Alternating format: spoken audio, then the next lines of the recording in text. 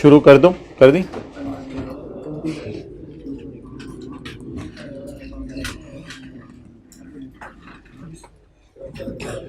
अच्छा जी, आज manufacturer dealer laser के एतबार से हमारी बड़ी इंपॉर्टेंट क्लास है। पहले ज़रा छोटी मोटी कुछ चीज़ें कर लेते हैं। पेज 55 निकालें बुक का, डिस्क्लोजर्स ऑफ लेसर।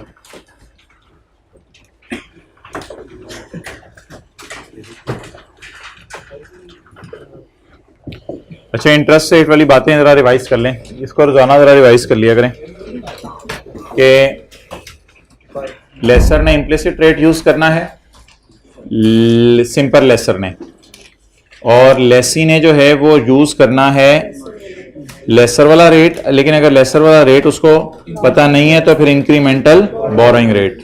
और डीलर और मैन्युफैक्चरर लेसर ने हायर ऑफ इम्प्लिसिट रेट और मार्केट रेट यूज करना है। एक इंटरेस्ट रेट वाली बात आपसे की थी, एक मैंने बात की थी आईडीसी वाली। आईडीसी में सिर्फ लॉयर फीस नहीं है, कमीशन वगैरह और भी बहुत सी चीजें हमने पढ़ी थी। लॉयर फीस अगर लेसी पे करे तो एसेट की कॉस्ट में डालेगा, right of use debit, cash, credit. LP PV of LP से इसका कोई ताल्लुक नहीं है। और low value asset short term lease में आईडीसी कमीशन वगैरह, लॉयर को फीस वगैरह एक्सपेंस में जाएगी। लेसर के केस में काफी लंबी चौड़ी हमने बात की थी। लेसर जो सिंपल है फाइनेंस लीज में, वो क्या करेगा, वो एंट्री करेगा लीज रिसीवेबल, डेबिट करेगा नेट इन्वेस्टमेंट से, कैश आईडीसी वाला क्रेडिट करेगा, असल में रिसीवेबल के तौर पे बुक कर लेगा उसको आईडीसी को, और एसेट फेयर वैल्यू से क्रेडिट कर देगा।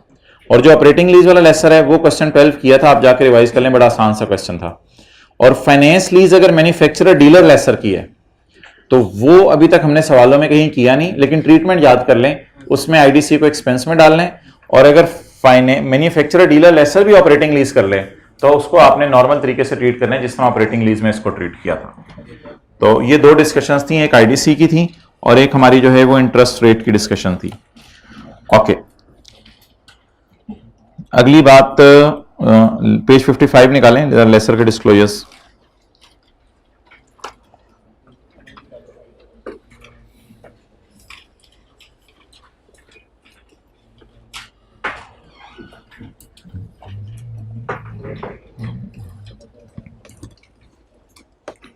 फाइनेंस लीज वाला लेसर सेलिंग प्रॉफिट और लॉस दिखाएगा।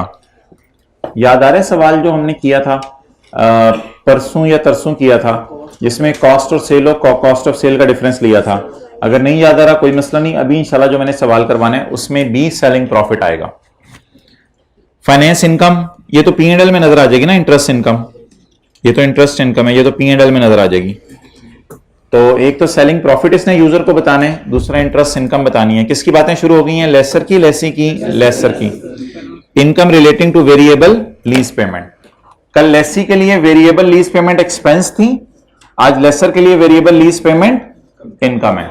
वेरिएबल लीज पेमेंट क्या होती है, थोड़ा सा जरा रिवाइज करें जहन में। लेसर ने लेसी को कहा था तुम्हारी मशीन को कहीं नजर ना लग जाए तो ऐसा करना कि मशीन अगर ज्यादा यूनिट प्रोड्यूस करे या ज्यादा घंटे चले तो थोड़े से पैसे मुझे और दे देना, जरा मैं भी खुश हो जाऊंगा कि तो लेसी कितना अच्छा बच्चा है, मुझे भी जरा ऑनर कर रहा है कि इतनी अच्छी इसको मशीन दी है। तो वेरिएबल लीज पेमेंट ये डिपेंड करती है, हो सकता है मिले, हो सकता है ना मिले, मिल गई तो इनकम में डाल देनी है सीधी सीधी। Not included in initial measurement of net investment. Net investment का जब भी लफ्ज आएगा ना तो उसका मतलब होगा लीज रिसीवेबल। वो जो लीज रिसीवेबल में शुरू में एनआई निकालते हैं ना, उसमें इसे नहीं डालना। क्यों नहीं डालना शुरू में, एलपीज और पीवी ऑफ एलपीज और एनआईज और जीआईज में क्यों नहीं डालना इसको, क्योंकि ये प्रेडिक्टेबल नहीं है कि पता नहीं आए ना आए, कब आए, कितनी आए, कैसे आए। अच्छा, change in net investment. Net investment का मतलब मैंने आपको क्या बताया, लीज रिसीवेबल। लीज रिसीवेबल साल के दौरान चेंज होता होगा या नहीं होता होगा। ओपनिंग लीज रिसीवेबल कुछ और होता है, क्लोजिंग लीज रिसीवेबल कुछ और होता है, चेंज होता होगा lease receivable. A lesser shell provide a qualitative and quantitative explanation of changes in the carrying amount of net investment in the lease. Lease receivable में चेंज को अलग से बताएं। अच्छा यार, लीज रिसीवेबल में चेंज को अलग से हम कोई डिस्क्लोजर में बताते नहीं होते थे। असल में बैलेंस शीट में आ रहा होता था ओपनिंग लीज रिसीवेबल पिछले साल की और इस साल की बैलेंस शीट में आ जाएगा क्लोजिंग लीज रिसीवेबल, उसके अंदर कोई डिफरेंस हुआ तो वो क्या होगा कि लीज रिसीवेबल रिसीव हो गया होगा, अनलेस कि आप किसी नई लीज में एंटर हुए हों। तो बस ये हल्का सा बता रहा है कि लीज रिसीवेबल की चेंज बता दो। तो लीज रिसीवेबल की चेंज की वजह क्या होती है, रिसीवेबल रिसीव करने से कम हो जाता है। मैं कहूँ डेटर की चेंज की वजह बता दें, आप कहेंगे या सेल हुई होगी या पैसे दे गया होगा। तो लीज रिसीवेबल में चेंज की वजह या नई लीज हुई होगी या रिसीवेबल क्या हो गया होगा, रिसीव हो गया होगा। क्वालिटेटिव डिस्क्लोजर, क्वालिटेटिव डिस्क्लोजर ये होता है कि आपने किस क्लास ऑफ कस्टमर से डील किया हुआ है। मिसाल के तौर पे कुछ ऐसी मैन्युफैक्चरिंग कंपनीज होंगी जिनसे आपने डील किया हुआ है, उनसे पैसे आने का ज़्यादा चांस होगा, लीज रिसीवेबल बैड नहीं होगा। कुछ ऐसी छोटी छोटी कंपनीज होंगी जिन्होंने छोटे छोटे आपसे लीज पे एसेट लिए होंगे, उनसे हो सकता है पैसे लेके भागने का उनके डर ज़्यादा हो। तो क्वालिटेटिव का मतलब है क्लास ऑफ कस्टमर्स, यानी किस किस क्लास ऑफ कस्टमर से आप डील कर रहे हैं। क्वालिटी के कस्टमर से डील कर रहे हैं या हल्की क्वालिटी के कस्टमर से डील कर रहे हैं। जब हाई क्वालिटी का कस्टमर होगा तो पैसे भागने का डर कम होगा, और अगर लो क्वालिटी का कस्टमर होगा तो पैसे भागने का डर ज़्यादा होगा, लेके भागने का। और मैच्योरिटी एनालिसिस हम बनाते हैं लेसर में, पता है आपको। मैच्योरिटी एनालिसिस में आपको पता है अनडिस्काउंटेड आती हैं amounts, less than 1 year, 1 to 2 years. Minimum 5 साल का बनाना है और उससे अगले का फिर इकट्ठा बना दें। Less than 1, 1 to 2, 2 to 3, 3 to 4 और 4 to 5 और 5 से ज़्यादा का इकट्ठा बना दें। अच्छा, इसके बाद रिकॉन्सिलिएशन भी बनती है, आपको पता है लेसर में। Reconciliation, a lessor shall reconcile the undiscounted lease payment to the net investment in the lease. Undiscounted lease payment को नेट इन्वेस्टमेंट से आप रिकंसाइल कराते हैं। क्या मतलब, अनडिस्काउंटेड लीज पेमेंट को नेट इन्वेस्टमेंट से आप रिकंसाइल कराते हैं। अनडिस्काउंटेड को नेट इन्वेस्टमेंट से करवाते हैं। अब खोल लेते हैं, टाइम लगेगा ऐसे दिखाने में। कोई लेसर का डिस्क्लोजर खोल लेते हैं सॉल्यूशन में। अनडिस्काउंटेड को नेट इन्वेस्टमेंट से मैच्योरिटी, ये तो ऑपरेटिंग लीज से शुरू हो गई है, ये कोई फाइनेंस लीज का सवाल होगा। ये देखें,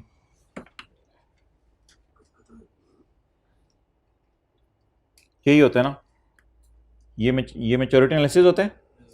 ये अनडिस्काउंटेड अमाउंट्स होती हैं, इनको आप नेट इन्वेस्टमेंट से रिकंसाइल करवाते हैं, ये लिखा हुआ है। तो अनडिस्काउंटेड अमाउंट्स को इंटरेस्ट माइनस करके डिस्काउंटेड अमाउंट से रिकंसाइल करवाते हैं, ऐसा ही है। तो ये लिखा हुआ है उसने, a lessor shall reconcile the undiscounted amounts to the net investment in the lease. The reconciliation shall identify the unearned finance income. और इसमें क्या चीज जरूर शो करनी है आपने, अनअर्न्ड इंटरेस्ट इनकम जरूर शो करनी है आपने, relating to lease payments receivable and any discounted UGRV. ये डिस्काउंटेड यूजीआरवी रहा है आई कैप सोल्यूशन में भी ना, अनडिस्काउंटेड यूजीआरवी शो कर रहा है, तो हम अनडिस्काउंटेड यूजीआरवी ही शो करते हैं। डिस्काउंटेड यूजीआरवी स्टैंडर्ड में लिखा हुआ है, लेकिन बेहतर है हम आई कैप जिस तरह चल रहा है उसी तरह चलें। डिस्काउंटेड यूजीआरवी शो करते हैं, अनडिस्काउंटेड जो एज इट इज इंस्टॉलमेंट वाले कॉलम में आ रही होती है। तो ये थोड़ा सा स्टैंडर्ड ने और तरीके से लिखा है, लेकिन आई कैप जिस तरह कर रहा है हम उसी तरह नोट बना रहे हैं। क्वालिटेटिव इन्फॉर्मेशन वही मैंने आपको बताया है।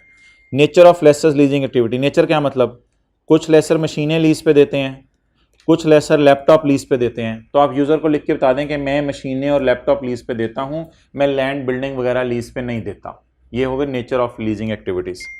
और management of risk associated with a right that lessor retain in underlying asset. मुझे बताएं राइट क्या होता है लेसर का अंडरलाइंग एसेट में, कि उसने लीज रिसीवेबल को क्या करना होता है, रिसीव करना होता है।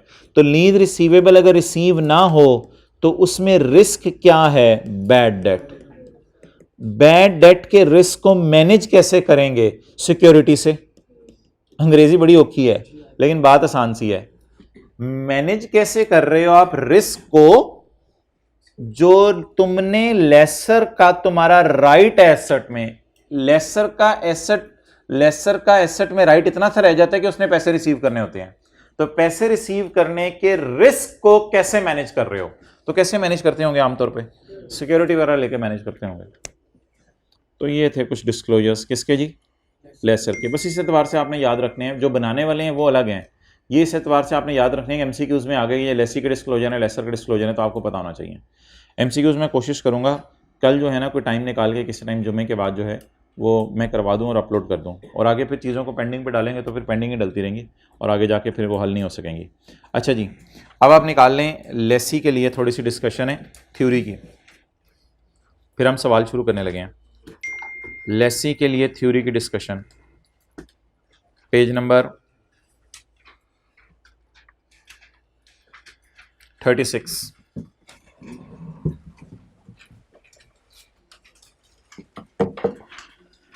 Page number 36। ये भी जो कुछ चीजें हैं ना एमसीक्यू के एतबार से जरा हैं तो इनको गौर से देखिएगा। Lease in the financial statements of Lesi, right of use show करता है और लीज लाइबिलिटी शो करता है, रिकॉर्ड भी करता है और मैयर भी करता है, रिकॉग्निशन और मैयरमेंट। रिकॉग्निशन का मतलब क्या होता है, रिकॉर्ड करें या ना करें, और फिर मैयर का मतलब क्या होता है, कितने अमाउंट पे रिकॉर्ड करें। तो initial recognition right of use की भी होती है और initial recognition lease at the commencement date a lessee shall record a right of use asset and a lease liability. तो पहली एंट्री हमारी होती है ROU debit, lease liability credit. ये जो है ना पोर्शन, इसमें से एमसीक्यूज आ रहे हैं। इनिशियल मैयरमेंट, इनिशियल मैयरमेंट, जब लीज शुरू हो तो लेसी कमेंसमेंट पे, इंसेप्शन पे नहीं, कमेंसमेंट और इंसेप्शन में मैं जरा फर्क रिवाइज करवा दूं। 23 दिसंबर को एग्रीमेंट हो गया लीज का, अगले साल 1 जनवरी को एसेट आपको मिला, तो कमेंसमेंट डेट क्या है, 1 जनवरी, और अकाउंटिंग भी कब से शुरू होनी है, 1 जनवरी, और आरओयू भी कब डेबिट होना है, 1 जनवरी को। At the commencement date lessee shall measure the right of use at cost. ROU को किस पे रखना है आपने, how the cost of ROU is determined. Now it is our today's discussion. What is ROU's cost? ROU में आपने डालनी है initial measurement of lease liability, जिसे कहते हैं PV, initial measurement of lease liability. और आपने ना मेरे साथ साथ इसकी एंट्रीज लिखते रहने, ROU debit, lease liability credit. Lease liability किस पे बुक होगी, पीवी पे। अच्छा मुझे ये बताएं, क्या ऐसा हो सकता है कमेंसमेंट डेट से पहले लेसी लेसर को पैसे दे दे, डाउन पेमेंट से भी पहले? क्या ऐसा पॉसिबल है? लेसर लेसी को कहे यार थोड़े से पैसे अभी दे, फिर लीज शुरू करते हैं, तो वो पैसे जो लेसी के जाएंगे वो खर्चे में डालें या उनको भी आरओयू की कॉस्ट में डालें? तो ये वो पैसे हैं जो डाउन पेमेंट से भी पहले के हैं। लेसर ने लेसी को कहा तो मुझे डाउन पेमेंट देगा 10,000, हर साल किराया देगा 50,000। लेसी ने कहा बड़ा जबरदस्त, तेरा तो पैकेज है। कहते हैं नहीं, एक और बात सुन ले। लेसी ने कहा बड़ा जबरदस्त, 10,000 डाउन पेमेंट, 50,000 रेंटल, इतने पे तो कोई ऑफर कर ही नहीं रहा लीज। लेसर कहता है एक और चीज है, अभी मीटिंग में बैठे बैठे ना 50,000 60,000 और जेब से निकाल, ये कमेंसमेंट से भी पहले के पैसे हैं। तो इसको भी लेसी क्या करे, राइट ऑफ यूज की कॉस्ट में डाल दे। तो any lease payment made at or before the commencement date, commencement date से भी पहले लेसी ने पैसे दे दिए लेसर को, इसकी एंट्री क्या करेंगे, बोले बोले पैसे दे दिए, इसको लाइबिलिटी में तो बुक ना करें ना, दे दिए हैं, right of use debit cash credit. अच्छा लीज इंसेंटिव जो है ना लेस करने होते हैं, इसकी इंशाल्लाह हम रिवीजन करेंगे। लीज इंसेंटिव के आगे ना पास पेपर का क्वेश्चन 13 लिख दे, मैंने आपको करवाए हुए थे। लीज इंसेंटिव जहां ये कह रहे हैं हम वहां लेस नहीं करते, मैंने आपको कहा था पहले रेंटल में से माइनस कर दिया करें। पहले याद आ रहा है, मैंने आपको कहा था पहले रेंटल में से लीज इंसेंटिव माइनस कर दिया करें। लीज इंसेंटिव में मैंने आपको मरिंडा और एक्लेयर्स वाली एग्जाम्पल दी थी। तो लीज इंसेंटिव एक बेनिफिट होता है, इसकी इंशाल्लाह हम रिवीजन भी करेंगे। तो जो लीज इंसेंटिव लेसी को लेसर से मिले वो पहले रेंटल में से क्या कर दें, माइनस कर दें। जी जाओ अगली चीज, आईडीसी की एंट्री जल्दी जल्दी कल बताई थी। आईडीसी की एंट्री, लॉयर को फीस, बोले बोले बोले बोले लेसी के लिए right of use debit cash credit, ये आईडीसी की एंट्री है जो लॉयर को आपने फीस पे की। अच्छा मुझे ये बताएं कि प्लांट को इंस्टॉल करने का खर्चा यहां जिक्र नहीं है, वो वैसे कहां जाएगा, वो भी right of use debit cash credit. एक होता है डी इंस्टॉल करने का खर्चा। डी इंस्टॉल करने का खर्चा प्लांट को या राइट ऑफ यूज एसेट को आज होगा या जब कभी डी इंस्टॉल करेंगे, जब कभी डी इंस्टॉल करेंगे। वो मुझे बता दें उस खर्चे को प्रेजेंट वैल्यू पे बुक करना चाहिए या फ्यूचर वैल्यू पे? प्रेजेंट वैल्यू पे, उसे कहते हैं डीकमीशनिंग या डिसमेंटलिंग की लायबिलिटी। इसकी जनरल एंट्रीज समझते हुए अप्रॉक्सीमेटली 2 पूरे लेक्चर लग जाएंगे हमें, लेकिन ये हम इस टॉपिक के साथ नहीं समझेंगे, ये किसी और टॉपिक के साथ समझेंगे एंट्रीज। उसके लिए पूरा एक स्टैंडर्ड का पोर्शन बना हुआ है जिसमें इसकी एंट्रीज समझाई जाती हैं कि एसेट आज खरीदा, डी इंस्टॉल 10 साल बाद करने, तो डी इंस्टॉलेशन की प्रेजेंट वैल्यू निकालो, उसको भी एसेट की कॉस्ट में डालो। तो इसकी एंट्रीज करने में हमें टाइम लगता है, लेकिन एक एंट्री अगर मैं लिखूं शायद आपको समझ आ जाए, right of use debit dismantling liability debit, dismantling liability debit. लेकिन अगर एक लफ्ज में सही वाला लिख दूं जो हमने आने वाले दिनों में यूज करना है तो मुनासिब यही होगा। समझ अभी आए ना आए कोई मसले वाली बात नहीं है, लफ्ज तो सही लिख दें। प्रोविजन, प्रोविजन ना असल में अंदाजा होता है, provision for bad debt provision नहीं, वो कोई और प्रोविजन है, प्रोविजन अंदाजा होता है। प्रोविजन फॉर डिसमेंटलिंग, डिसमेंटलिंग अगर मुश्किल लग रहा है तो डी इंस्टॉलेशन आप लिख सकते हैं, उसमें कोई एतराज नहीं मुझे। Right of use debit, provision for dismantling credit, और ये भी किस पे रिकॉर्ड होती है? पीवी पे। इसकी भी फ्यूचर वैल्यू दी होगी, हम उसकी पीवी निकाल लेंगे। ये एस्टीमेट होगी भाई, ये एस्टीमेट होगी, और किसी के साथ इसने एस्टीमेट नहीं लिखा, इसके साथ क्या लिख दिया है? Estimate of cost to be incurred, to be incurred by lessee. ये तो लीज टर्म के एंड पे होगी ना, जब एसेट वापस करना होगा, उखाड़ना होगा asset. In dismantling and removing the underlying asset and restoring the site on which it is located. दोबारा उस जगह पे मट्टी भी तो भरनी पड़ेगी जहां से एसेट उतारा है। बता दें जी कितनी चीजें आरओयू के अंदर डाली जाती हैं, कितनी चीजें आरओयू के अंदर डाली जाती हैं? 4 चीजें। क्या? लीज लायबिलिटी, कैश कौन सा? बिफोर कमेंसमेंट, और कैश कौन सा? और अब मैं आपसे एक अजीब चीज पूछने लगा हूं, और इन दोनों चीजों को आपने मिक्स नहीं करना।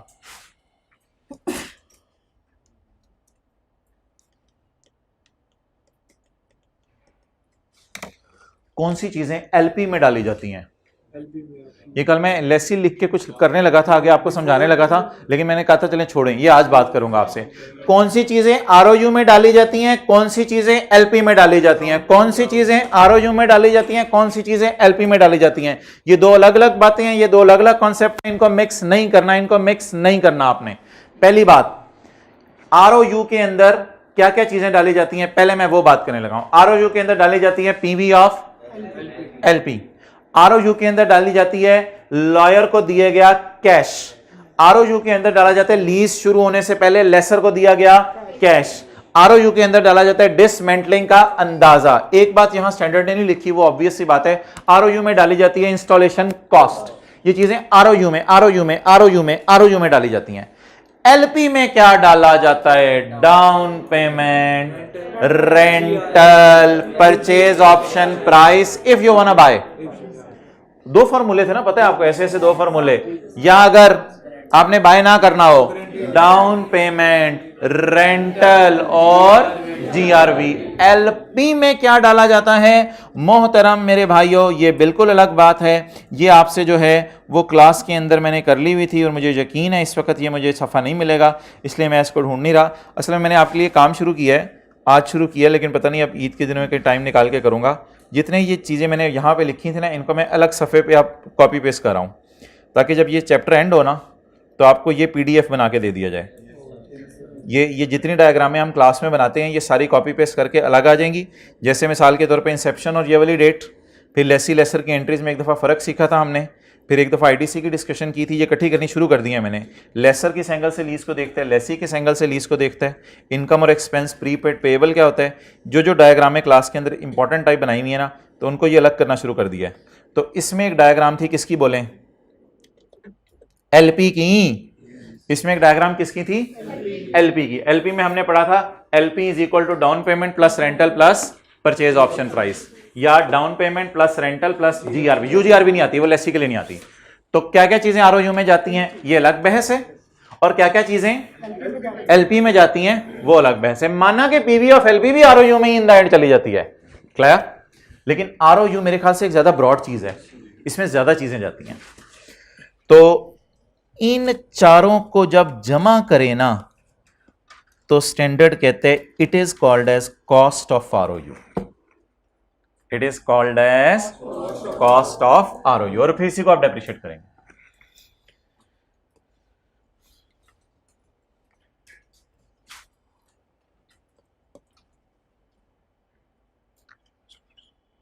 डिस्काउंटिंग की वैसे पढ़ने की जरूरत नहीं। Lease payment shall be discounted using the implicit rate if the rate can be readily determined. Sometimes the lessee might not be able to ascertain the interest rate implicit in the lease. In that case, lessee would use the lessee's incremental borrowing rate. ये तो आपको पता है ना, तो ये पता है, बाकी जो मैंने काटा है वो काट दें। ये भाईजान इनिशियल मेजरमेंट की डिस्कशन हो रही है, सब्सिक्वेंट मेजरमेंट की? Initial measurement. अब किसकी डिस्कशन होगी? सब्सिक्वेंट मेजरमेंट की। अच्छा जी, after commencement date, lessee should measure the right of use applying a cost model unless it applies either of the measurement model.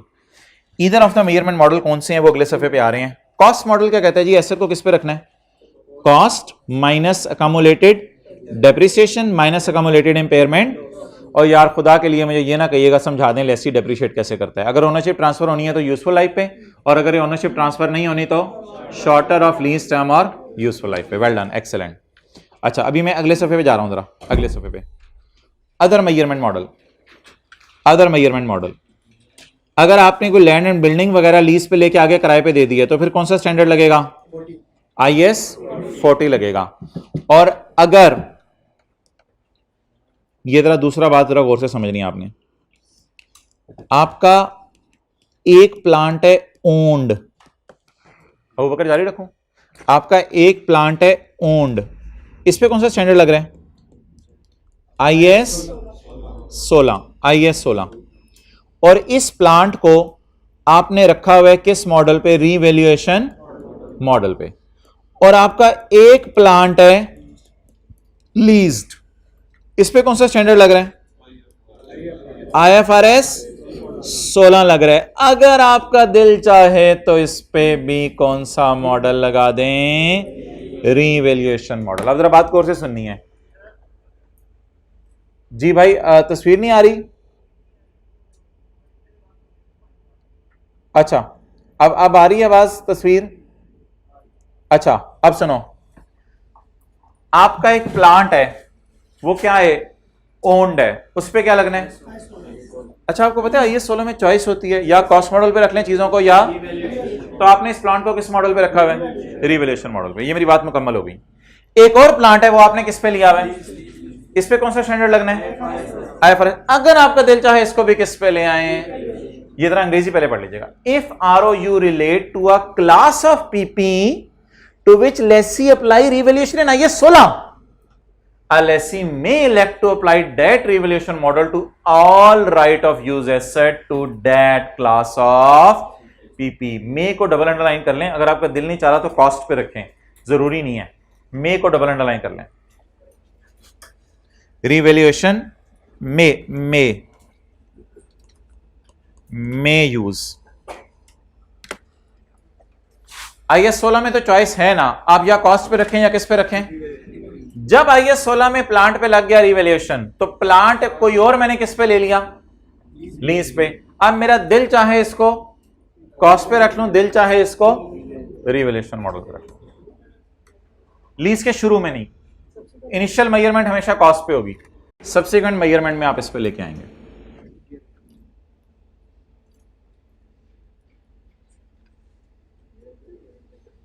Jeeyar and पे मैंडेटरी नहीं है, mandatory नहीं है। मे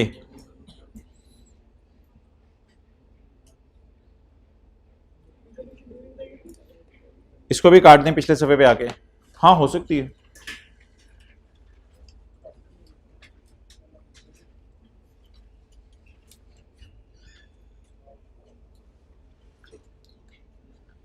अच्छा, वेरिएबल लीज पेमेंट्स पे अभी आईकैप से मेरी थोड़ी डिस्कशन चल रही है ईमेल्स में, ये सिलेबस में है या नहीं है, लेकिन फिर भी कल मैंने आपको इसकी एंट्री करवा दी थी, तो सिर्फ हाईलाइट करके ना मुझे एंट्री बता दें वेरिएबल लीज पेमेंट की।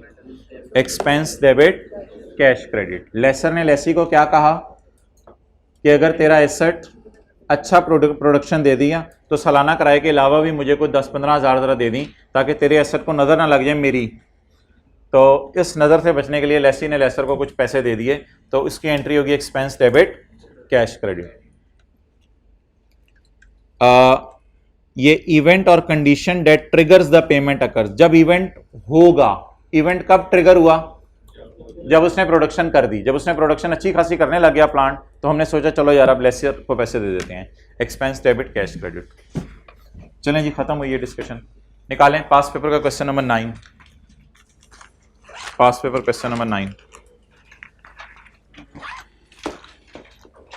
अच्छा, पहले मुझे जरा रिवाइज करा दें, मैन्युफैक्चरर डीलर लेसर के सवाल कैसे शुरू होते हैं। अब बिल्कुल रिलैक्स हो जाए, हमारी सारी पुरानी बातें, आज की क्लास में सिर्फ एक नई बात होगी अभी थोड़ी देर में, बाकी सारी पुरानी बातें हैं। बता दें जल्दी जल्दी। अच्छा, आज ना बड़ा खूबसूरत और नीट नोट करना है, और जहां पे मैं 2 कलर यूज करने को कहूंगा वहां पे आपने पेन के 2 कलर यूज करने हैं। वर्किंग 1, कॉस्ट से शुरू करूं, फेयर वैल्यू से शुरू करूं, जीआई से शुरू करूं, एनआई से शुरू करूं? कॉस्ट से शुरू करूं। अगर डीलर मैन्युफैक्चरर लेसर का सवाल है तो कहां से शुरू करें? कॉस्ट से। Page number 130। इसके बाद क्या लाऊं? Fair value. इसके बाद लेसर का कौन सा formula? Gross investment, gross investment. और इसके बाद अगली चीज क्या होगी? Net investment. उधर ही रखो camera.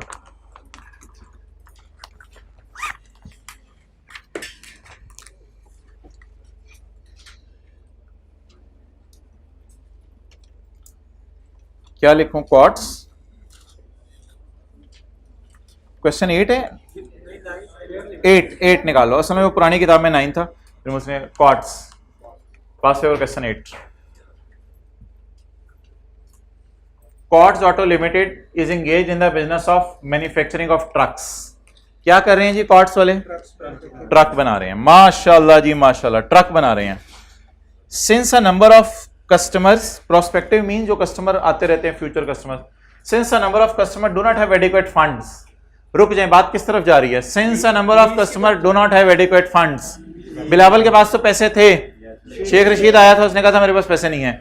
Since a number of customer do not have adequate funds to purchase the vehicles. कहते हैं हमारे पास पैसे नहीं है व्हीकल्स लेने के लिए, ट्रक की व्हीकल है, अगेंस्ट फुल पेमेंट। क्यूएल ने सोचा है, कारोबार इसका मैन्युफैक्चरिंग है, कारोबार मैन्युफैक्चरिंग है इसका। क्यूएल ने सोचा है कि मैं इसको लीज फाइनेंसिंग शुरू कर दूं to facilitate its customer, facility में दे दूं कस्टमर्स को लीज की।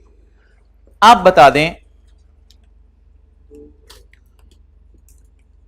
QAL is engaged in manufacturing, QAL also provide leasing।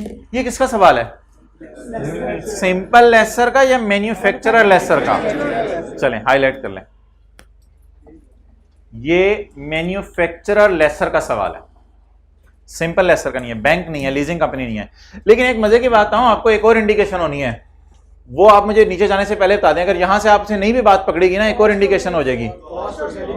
ट्रकों की कॉस्ट, ट्रकों की कॉस्ट से मिला दे मटेरियल लेबर ओवरहेड, फैक्ट्री में कितने का बनेगा, और ट्रकों की फेयर वैल्यू अलग अलग देगा। यहां से भी पता चल जाएगा इनकी फैक्ट्री है अपनी। It expects to receive a return at the rate of 15% on the amount of lease finance. ये डिस्काउंट रेट है। अच्छा, ऑन 1 जुलाई 2010, साल के पहले दिन, क्योंकि ईयर एंड 30 जून है ना, हाँ, साल के पहले दिन, QL sold 7 trucks to EGTC। अच्छा, जब ये 7 ट्रक्स आ जाए ना, तो नीचे वाली फिगरें देख लीजिएगा, कुछ टोटल होंगी, कुछ पर ट्रक होंगी, तो उसमें कंफ्यूज नहीं होना, सादा सी बात होगी। जिसके साथ पर ट्रक नहीं लिखा होगा वो 7 की होंगी, और जिसका पर ट्रक लिखा होगा वो फिर मल्टीप्लाई 7 से करना पड़ेगा। तो पता चले ये 7 बाहर वाला निकल के कोनी मार के बताया भाईजान ये 7 भी लिखा हुआ था, तो ये गौर से सवाल पड़ा करें। सोल्ड 7 ट्रक्स, ये ऐसी चीज़ें तब आपको पता चलती हैं जब आप बार बार टेस्ट दें, टेस्ट में बैठें, तो टेस्ट दे के बंदा बाहर निकलता है, फिर पता चलता है ये हो या बाइक ऐप में अल्लाह ना करे ये हो। तो the terms of the lease and related information is as follows. जी भाईजान, लीज कितने साल की है? लेकिन एक ऑप्शन है, एक्सटेंड हो सकती है कितने साल तक? 5 साल तक एक्सटेंड हो सकती है। कितने साल तक? 5 साल तक। अब सवाल आपको कंफ्यूज ही रखेगा कि लीज पता नहीं 4 साल की है या 5 साल की है, तो हमें अभी ये पढ़ के बताएं, समझ आ रहा है कि किराए 4 देने हैं या 5? यार अभी डिसीजन तो नहीं हुआ ना, अभी डिसीजन तो नहीं हुआ ना, बस अभी ऑप्शन बता दिया उसने। लीज कितने साल की है? एक्सटेंडेबल अप टू अच्छा बड़ी गहरी बात करके गया है, एक्सटेंडेबल अप टू एक्सपेंडेबल। अगर ये बात लिखी होती तो इसका एक ही मतलब होता। ये बात क्या है, लीज 4 साल की है, 5 साल तक लेके जा सकते हो, यानी 1 साल और बढ़ा सकते हो। लेकिन एक और बात बीच में बता के चला गया, कहते एक और बात आपको बता दूं, लीज 4 साल की है, आप 5वें साल तक लेके जा सकते हो, और याद रखना जब 5वें साल तक लेके जाओगे तो इसकी लाइफ भी एंड हो जानी है, तो इसकी लाइफ ही इतनी है 5 साल। तो 2 बातें बीच में इकट्ठी बता के चला गया। लेकिन अभी तक हम कंफ्यूजन में हैं कि किराए 4 लेने हैं या किराए 5, रेंटल को 4 से मल्टीप्लाई करना है या रेंटल को 5 से मल्टीप्लाई करना है, अमोर्टाइजेशन शेड्यूल 4 साल का बनाना है या 5 साल का बनाना है। अभी तक हम कंफ्यूजन में हैं, तो मेरा दिल चाह रहा है कंफ्यूजन को ना पहले रिमूव कर लूं सवाल की रिक्वायरमेंट पढ़ के, ताकि ये कंफ्यूजन आपके जहन में ना रहे। सवाल कहता है यार एज्यूम कर लो that QAL and EGTC intend to extend the lease for a period of 5 years। कहते हैं दोनों ने मशवरा कर लिया है कि लीज कितने साल तक अब जानी है, 5 साल तक। अब सवाल में ना बार बार डाटा देगा, कभी चौथे साल की जुआर भी देगा, कभी 5वें की जुआर भी देगा, कभी कोई चीज देगा 4 साल की, कभी 5 साल की देगा। आपने उसकी बातों में नहीं आना। नाउ इट इज डिसाइडेड कि लीज कितने साल की है। ऑनलाइन में पता नहीं बच्चे अक्सर सवाल पूछते हैं कि हमें पता नहीं चला 4 साल की लीज है या 5 साल की। उनको रिप्लाई करते हो ये लाइन पढ़ो, कहते हैं हाँ अच्छा अच्छा अच्छा अच्छा। तो ये लाइन बार बार पढ़ लें जिन्होंने बाद में सवाल पूछना है। सवाल की रिक्वायरमेंट ने बता दी है कि लीज को कितने साल पे खींचना है, और भाईजान बात खत्म हो गई। ये लीज फाइनेंस है। एक काश आप लोग ये बातें पढ़ते ही समझ जाया करें। 5 टेस्ट लगाने होते हैं ना, 5 टेस्ट फारक करें अपने। 5 में से जो तीसरा टेस्ट है, लीज टर्म भी 5 साल है, यूजफुल लाइफ भी 5 साल है, 5 डिवाइडेड बाय 5, तो लेसर के लिए जो सवाल आता है उसका जवाब यस आ रहा है, तो इसलिए लीज फाइनेंस है। कैसे पता चला? लीज टर्म भी 5 years है और यूजफुल लाइफ भी 5 years है, इसलिए lease is a finance lease. Okay, अच्छा यार लेसर के लिए पता क्या होता है, मैं थोड़ी सी आपको रिवीजन करा दूं। वो नोट्स ढूंढ के ही रिवीजन कर लेते हैं।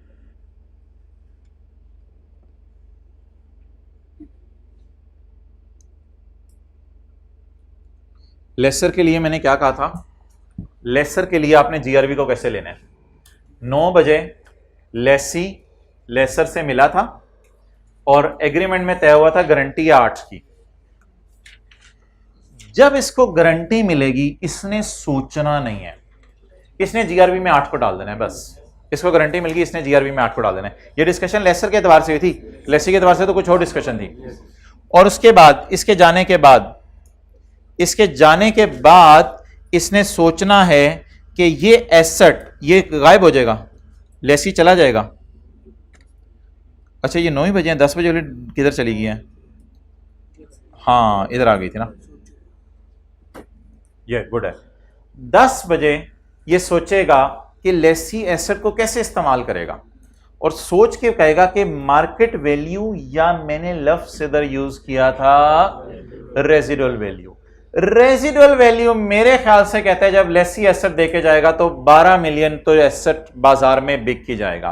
अब जो मर्जी हो जाए एसेट के साथ, बता दे कितना मिलना ही मिलना है 8, और ऊपर का कितना मिलना है 4। तो सोच की बुनियाद पे इसने यूजीआरबी कितनी ली है। अच्छा अब अगर पेपर में लफ्ज आ जाए ना रेजिडुअल वैल्यू, तो रेजिडुअल वैल्यू से मुराद होते हैं टोटल रेजिडुअल वैल्यू। ये ना जीआरबी होती है ना यूजीआरबी होती है। रेजिडुअल वैल्यू से मुराद होती है टोटल रेजिडुअल वैल्यू। अब पेपर में कैसे सवाल आया करेगा? पेपर में सवाल आया करेगा lessee has guaranteed an amount of 8 million to lessor, ये तो इसकी जीआरबी है। However the total residual value is expected at 12, ये सोच वाली होगी इसकी। However, the total residual value is expected at 12। अब 8 उधर से हर हाल में मिलना ही मिलना है, टोटल कितना बनता है 12, तो कितना लेसी से नहीं मिलेगा, तो इस रेजिडुअल वैल्यू को गारंटेड कहें या अनगारंटेड? अनगारंटेड। अच्छा अगर कभी पेपर में लफ्ज आया, ऐसे ही पेपर में लफ्ज आया कि lessor expects a residual value of 100 million, तो आप जीआरबी कितनी लेंगे? भाई जीआरबी सवाल में हमेशा गिवन होगी, वो तो लेसी अगर कहेगा तो गिवन होगी, वरना अगर पेपर में सवाल आया लेसर ने सोचा है रेजिडुअल वैल्यू 100 मिलियन है, अब सवाल में जीआरबी नहीं दी हुई, तो जवाब में जीआरबी दी होगी तो एग्रीमेंट वाली लेनी है, अब एग्रीमेंट वाली नहीं दी हुई तो इसका मतलब है जीरो है, तो फिर सारी रेजिडुअल वैल्यू किस में ले जाएंगे, अनगारंटेड में।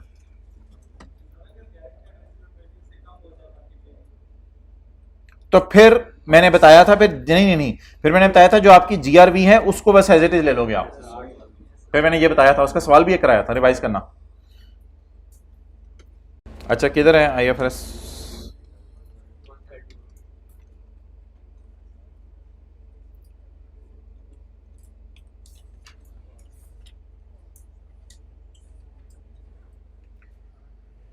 चले आ जाइए वापस। EGTC has guaranteed a residual value of 60,000 for each truck till the end of, अगर लीज 4 साल चलेगी तो रेजिडुअल वैल्यू कितनी है 60,000। इसको वैसे मैंने लिफ्ट नहीं करानी क्योंकि मैं रिक्वायरमेंट पहले पढ़ाया हूं, 4 साल के एंड वाली रेजिडुअल वैल्यू को मैंने लिफ्ट नहीं करानी क्योंकि 4 साल के एंड पे एसेट वापस ही नहीं आना। However, the guarantee would lapse, GRV zero हो जाएगी, यही मतलब होता है ना, guarantee would lapse. However, the GRV would lapse if the lease term is extended to 5th year. और 5वें साल, और भाई GRV जो GRV का मतलब ही ये होता है कि EGTC ट्रक को वापस कर देगा, लेसी ट्रक को वापस कर देगा, किसको, लेसर को। और यार ये ना सोचिएगा 5वें साल के एंड पे जब उसकी लाइफ खत्म हो जानी है तो लेसी लेसर को वापस क्यों करके जा रहे हैं, और भाई जो मर्जी वापस कर जाए, स्क्रैप है जो मर्जी है, बस वापस करने दें, एग्रीमेंट में लिखा हुआ है तो लिखा हुआ है, वापस करके जाएगा, बस बात खत्म होगी। तो ये डेटा किसके बारे में है, जीआरबी के बारे में। पॉइंट 5, एक्सपेक्टेड, एक्सपेक्टेशन किसने लगाई होगी और किसके जाने के बाद लगाई होगी और कितने बजे लगाई होगी, लेसर ने लेसी के जाने के बाद सोचा होगा कि इस एसेट की वैल्यू क्या होगी। The expected residual value of truck at the end of 4th year is 1.5 lakh and at the end of 5th year is, it is खाली residual value loss लिखा हुआ है, it is खाली residual value loss लिखा हुआ है। अब आप मुझे बताएं तसल्ली से,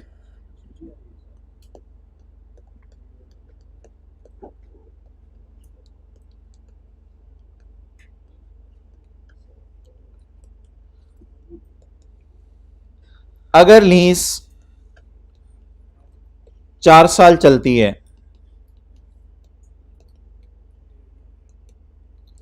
तो एक्सपेक्ट क्या कर रहे हैं लेसर, आरवी कितनी है, एक्सपेक्ट क्या कर रहे हैं लेसर, आरवी कितनी है। ये 10 बजे वाली बात मैं पहले कर रहा हूं, the expected residual value of truck at the end of 4th year is 1.5 lakh and the expected residual value at the end of 5th year is 1 lakh. तो ये सोच रहे कि लेसी ऐसे इस्तेमाल करेगा कि 4 साल बाद अगर इसने वापस किया तो 1.5 लाख का ट्रक बिक जाएगा, और अगर 5 साल बाद वापस किया तो सिर्फ कितने का ट्रक बिकेगा, 1 लाख का। अब एग्रीमेंट में देखना पड़ेगा, खंगालना पड़ेगा, एग्रीमेंट को बार बार देखना पड़ेगा, इसमें से कितनी गारंटेड है, बाकी को क्या नाम देंगे, अनगारंटेड। अब एग्रीमेंट को देखें और खंगालें, अगर चौथे साल के एंड पे लीज खत्म होती है तो 60,000, अगर 5वें साल के एंड पे लीज खत्म होती है तो गारंटी वुड लैप्स। आप बता दें अगर चौथे साल के एंड पे लीज खत्म होती है तो कितनी गारंटेड है, 60, तो बाकी अनगारंटेड कितनी, 90। और अगर चौथे साल के एंड पे खत्म होती है, नहीं 5वें साल के एंड पे खत्म होती है तो गारंटी वुड लैप्स, लैप्स का मतलब होता है जीरो, गारंटी वुड लैप्स। तो फिर सारी की सारी मार्केट वैल्यू उसको बाजार से रियलाइज होगी ना। अब लेसी एसेट वापस करके चला जाएगा, ये बाजार से लाख रुपए का बेच के रियलाइज कर लेगा पैसे। अब ये पैसे इसको कहां से रियलाइज होंगे, बाजार से, लेकिन इसकी अभी तक किसी ने गारंटी नहीं दी। लेकिन मेरे ख्याल से ये जो सारा हमने काम किया है ये तो यूजलेस है, हम जो सवाल में यूज करेंगे वो ये वाला काम करेंगे। नोट कर लें, सारा नोट करें और काटें इसको।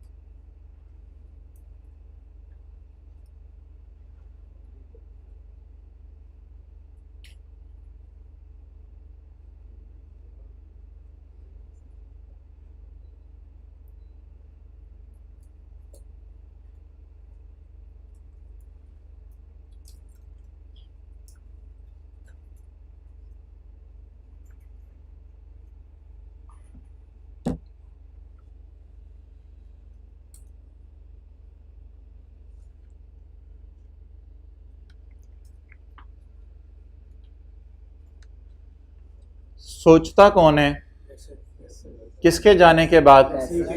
वो जो सोचता है वो क्या सोचता है? रेजिडुअल वैल्यू पूरी, उसमें से जितनी गारंटेड है वो ठीक है, बाकी को कहां डाल देते हैं? अनगारंटेड।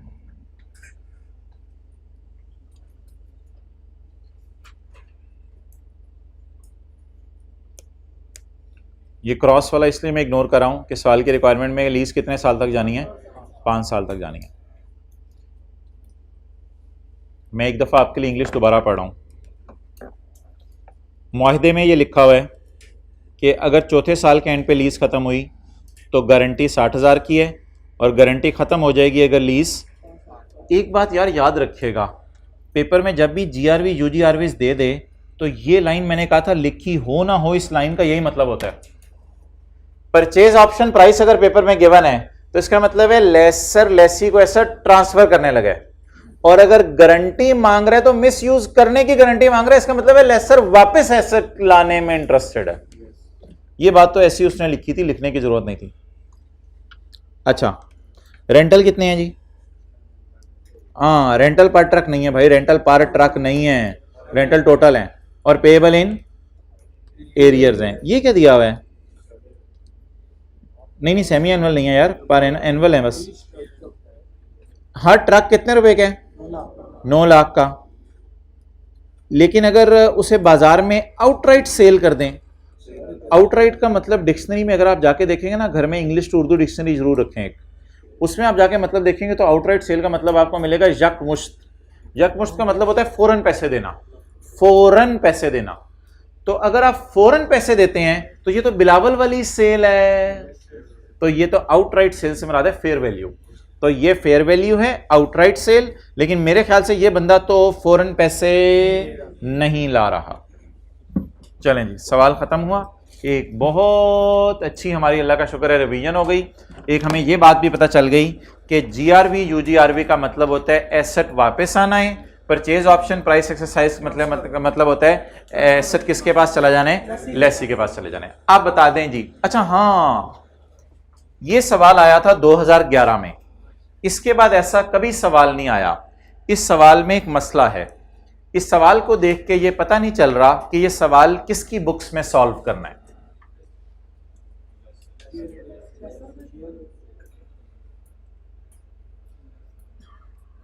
जनरल एंट्रीज में भी नहीं लिखा हुआ किसकी बुक्स में करनी है।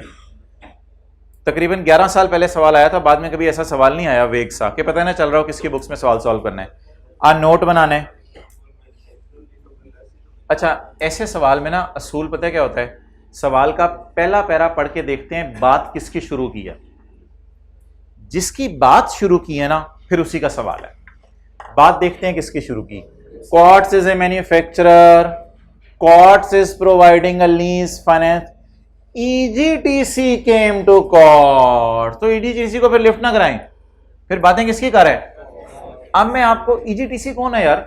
EGTC ना गुड्स ट्रांसपोर्ट करते हैं। EGTC वाले क्या करते हैं? गुड्स ट्रांसपोर्ट करते हैं। तो गुड्स ट्रांसपोर्ट करने के लिए इनको क्या चाहिए होंगे? ट्रक चाहिए होंगे।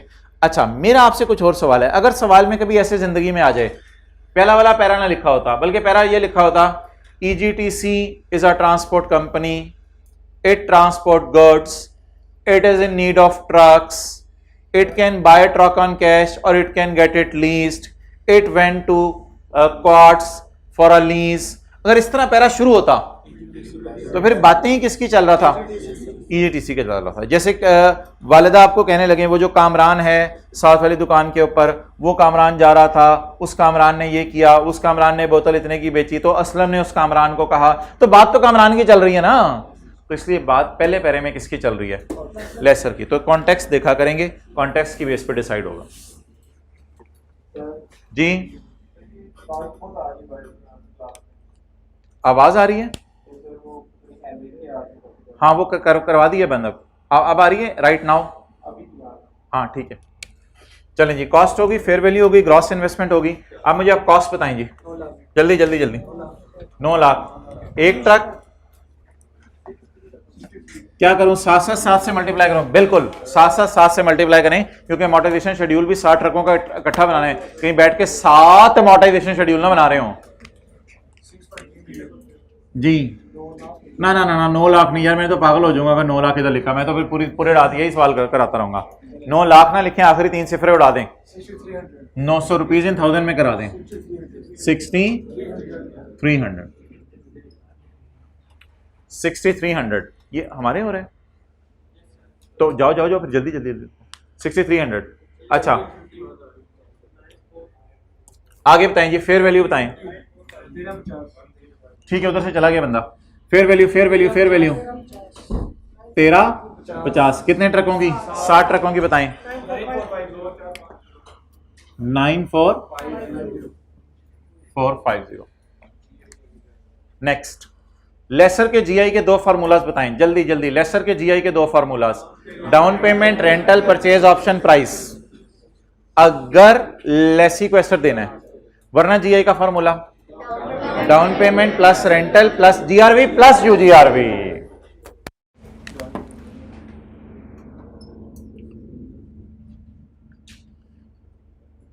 ब्लैक मार्कर से लिखें एलपी और ब्लू या रेड मार्कर से लिखें यूजीआरवी।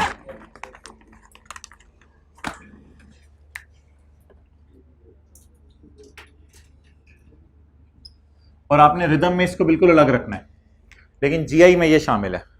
एलपी कंप्राइजेज ऑफ, बोले बोले जल्दी जल्दी, down payment, rental plus GRV, but still I need gross investment, that's why I will also add UGRV. मैंने ये नेक्स्ट लाइन डालने का मकसद था आपको एलपी का मतलब बताऊं, एलपी का मतलब बताऊं, ये मकसद था नेक्स्ट लाइन डालने का। अच्छा जी, डाउन पेमेंट 0, रेंटल,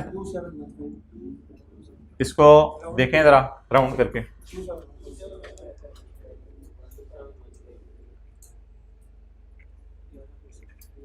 2715। ना 7 से मल्टीप्लाई नहीं करना, 7 ट्रकों से मल्टीप्लाई नहीं करना, लेकिन आपने 5 सालों से मल्टीप्लाई करना है, 5 years प्लस जीआरवी। हमने एज्यूम किया है कि लीज कितने साल तक जाएगी? कितने साल तक? तो 5 साल तक अगर लीज जाती है तो जीआरवी कितनी है? 0, और यूजीआरवी 1 लाख पर ट्रक है। GRV 0, UGRV 100 into 7। करा दें इसका और उसका करा दें अलग अलग, 13575 और उसका 700, क्योंकि ये फिगर आगे यूज होनी है। अब इकट्ठा टोटल ब्लैक मार्कर से लिख दें, 14275। जीआई निकालने का फायदा ये होता है कि जीआई और एनआई का डिफरेंस इंटरेस्ट होता है, वरना शायद जीआई पेपर में अगर हम ना भी निकालें तो गुजारा चल जाए हमारा। तो जीआई निकालने के पेपर में मार्क्स नहीं होंगे, लेकिन जीआई निकालने का ये फायदा होगा कि जीआई और एनआई का डिफरेंस होगा, जीआई की बेस पे एनआई की कैलकुलेशन आगे आसान होगी। चलें जी, आगे क्या निकला है जी? Net investment. किसका सवाल है? लेसर का। लेसर में कौन से का? मैन्युफैक्चरर या डीलर लेसर का रेट कौन सा यूज करना है? और मारू तुम लोगों को इम्प्लिसिट रेट यूज करना है, हायर ऑफ इम्प्लिसिट रेट और मार्केट रेट। वो तो दिए ही नहीं हुए को मार्केट और इम्प्लिसिट अलग अलग, तो एक ही रेट यूज करना है। तो खुदा के लिए वो जो छोटी छोटी बातें हैं उनको जहन में रखें। तो बहरहाल एक ही रेट दिया हुआ इस वक्त सवाल में। डाउन पेमेंट 0, जीआरवी 0, रेंटल्स को डिस्काउंट करना है बस जी। 2715 into 1 minus 1.15 raise to power minus 5, 5 किस्तें हैं, divided by 0.15। Down payment 0, GRV 0।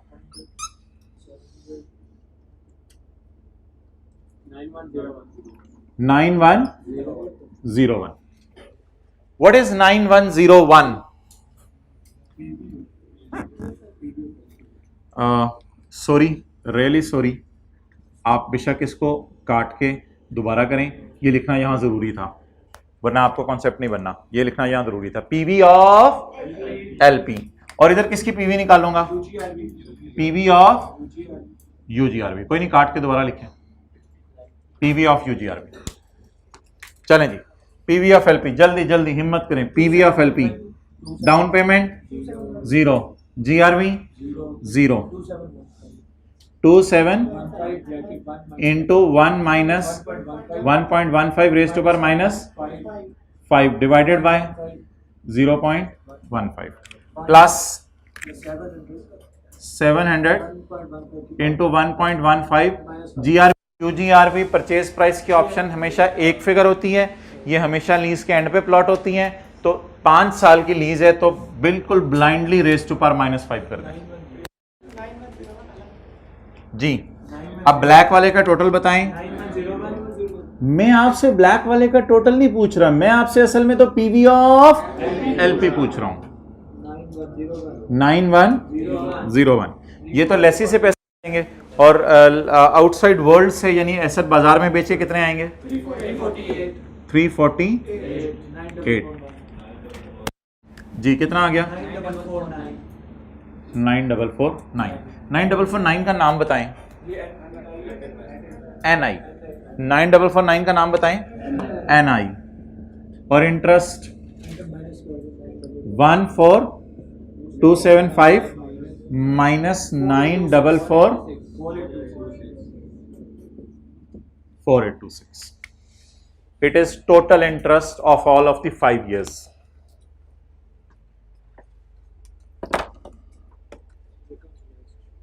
जी अस्सलाम वालेकुम जी।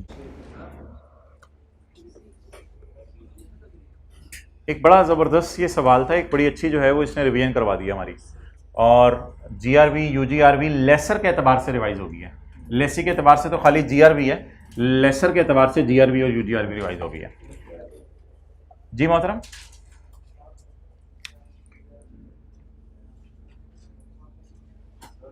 उधर कोई सवाल पूछ रहे हैं? हाथ खड़ा करें। हाँ जी, माइक का ऑन करें, बोलो। हाँ बोलो।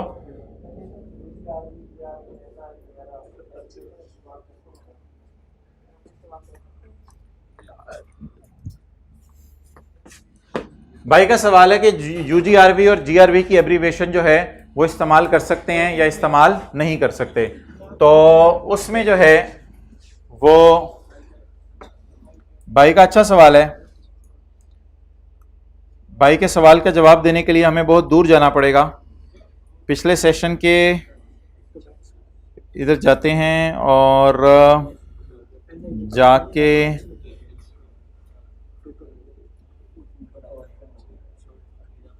कमेंट्स, यार ये जो चीज़ ढूंढनी थी वो मिल नहीं रही। ये तो क्वेश्चन पेपर है।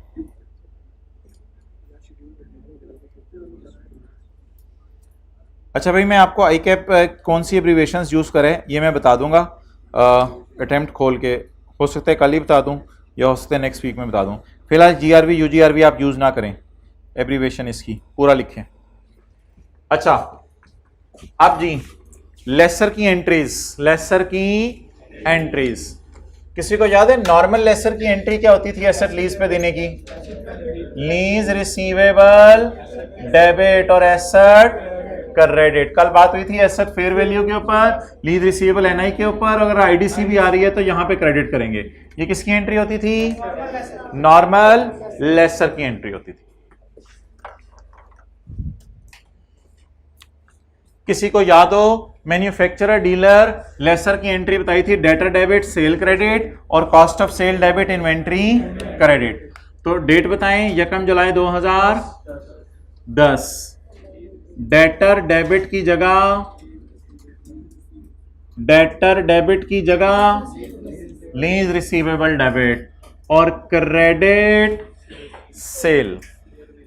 Debtor debit sale credit, cost of sale debit inventory credit. Inventory credit. क्या आप सारे मुतवज्जे हैं?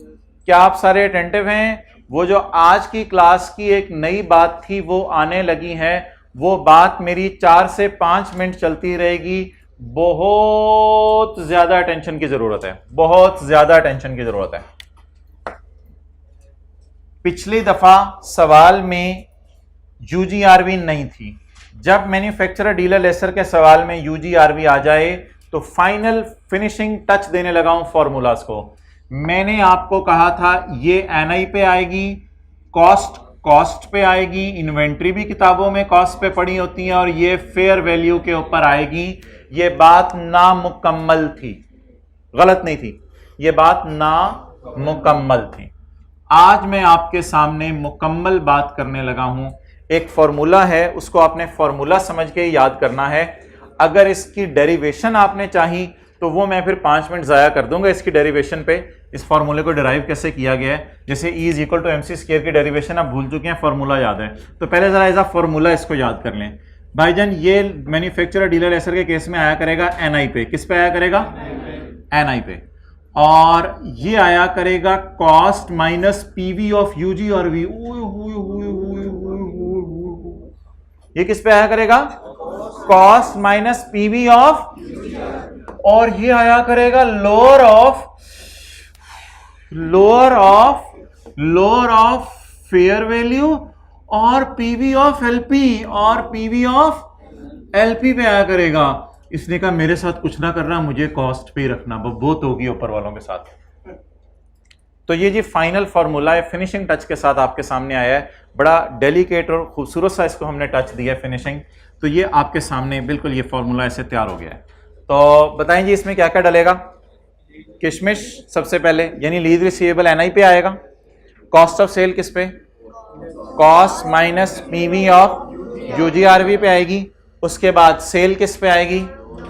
लोअर ऑफ फेयर वैल्यू और present value of lease payment पे आएगी। और इन्वेंट्री किस पे आएगी? कॉस्ट पे आएगी। पहले इसकी मैं करने लगा हूं मैथमेटिकल डेरिवेशन, और उसके बाद मैं इसकी करने लगा हूं लॉजिकल डेरिवेशन। तो मैथमेटिकल डेरिवेशन के लिए मुझे आपके 3 से 4 मिनट चाहिए। मैथमेटिकल डेरिवेशन लीज रिसीवेबल किस पे रखना है? मैंने क्या कहा?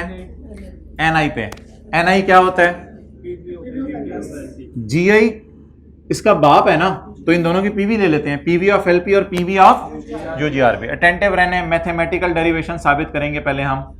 इसका मतलब है एनआई होता है PV of LP plus PV of, अभी हम कोई लॉजिकल बात नहीं करेंगे, अभी हम सिर्फ जो है मैथमेटिकल डेरिवेशन करेंगे। NI is equal to PV of LP plus PV of UGRV. और वैसे ना जहन में सोचते रहा करें, लीज रिसीवेबल है ये पैसे इसने लेसी से लेने हैं प्रेजेंट वैल्यू के मद में, ये पैसे बाजार से एसेट बेच के लेने हैं।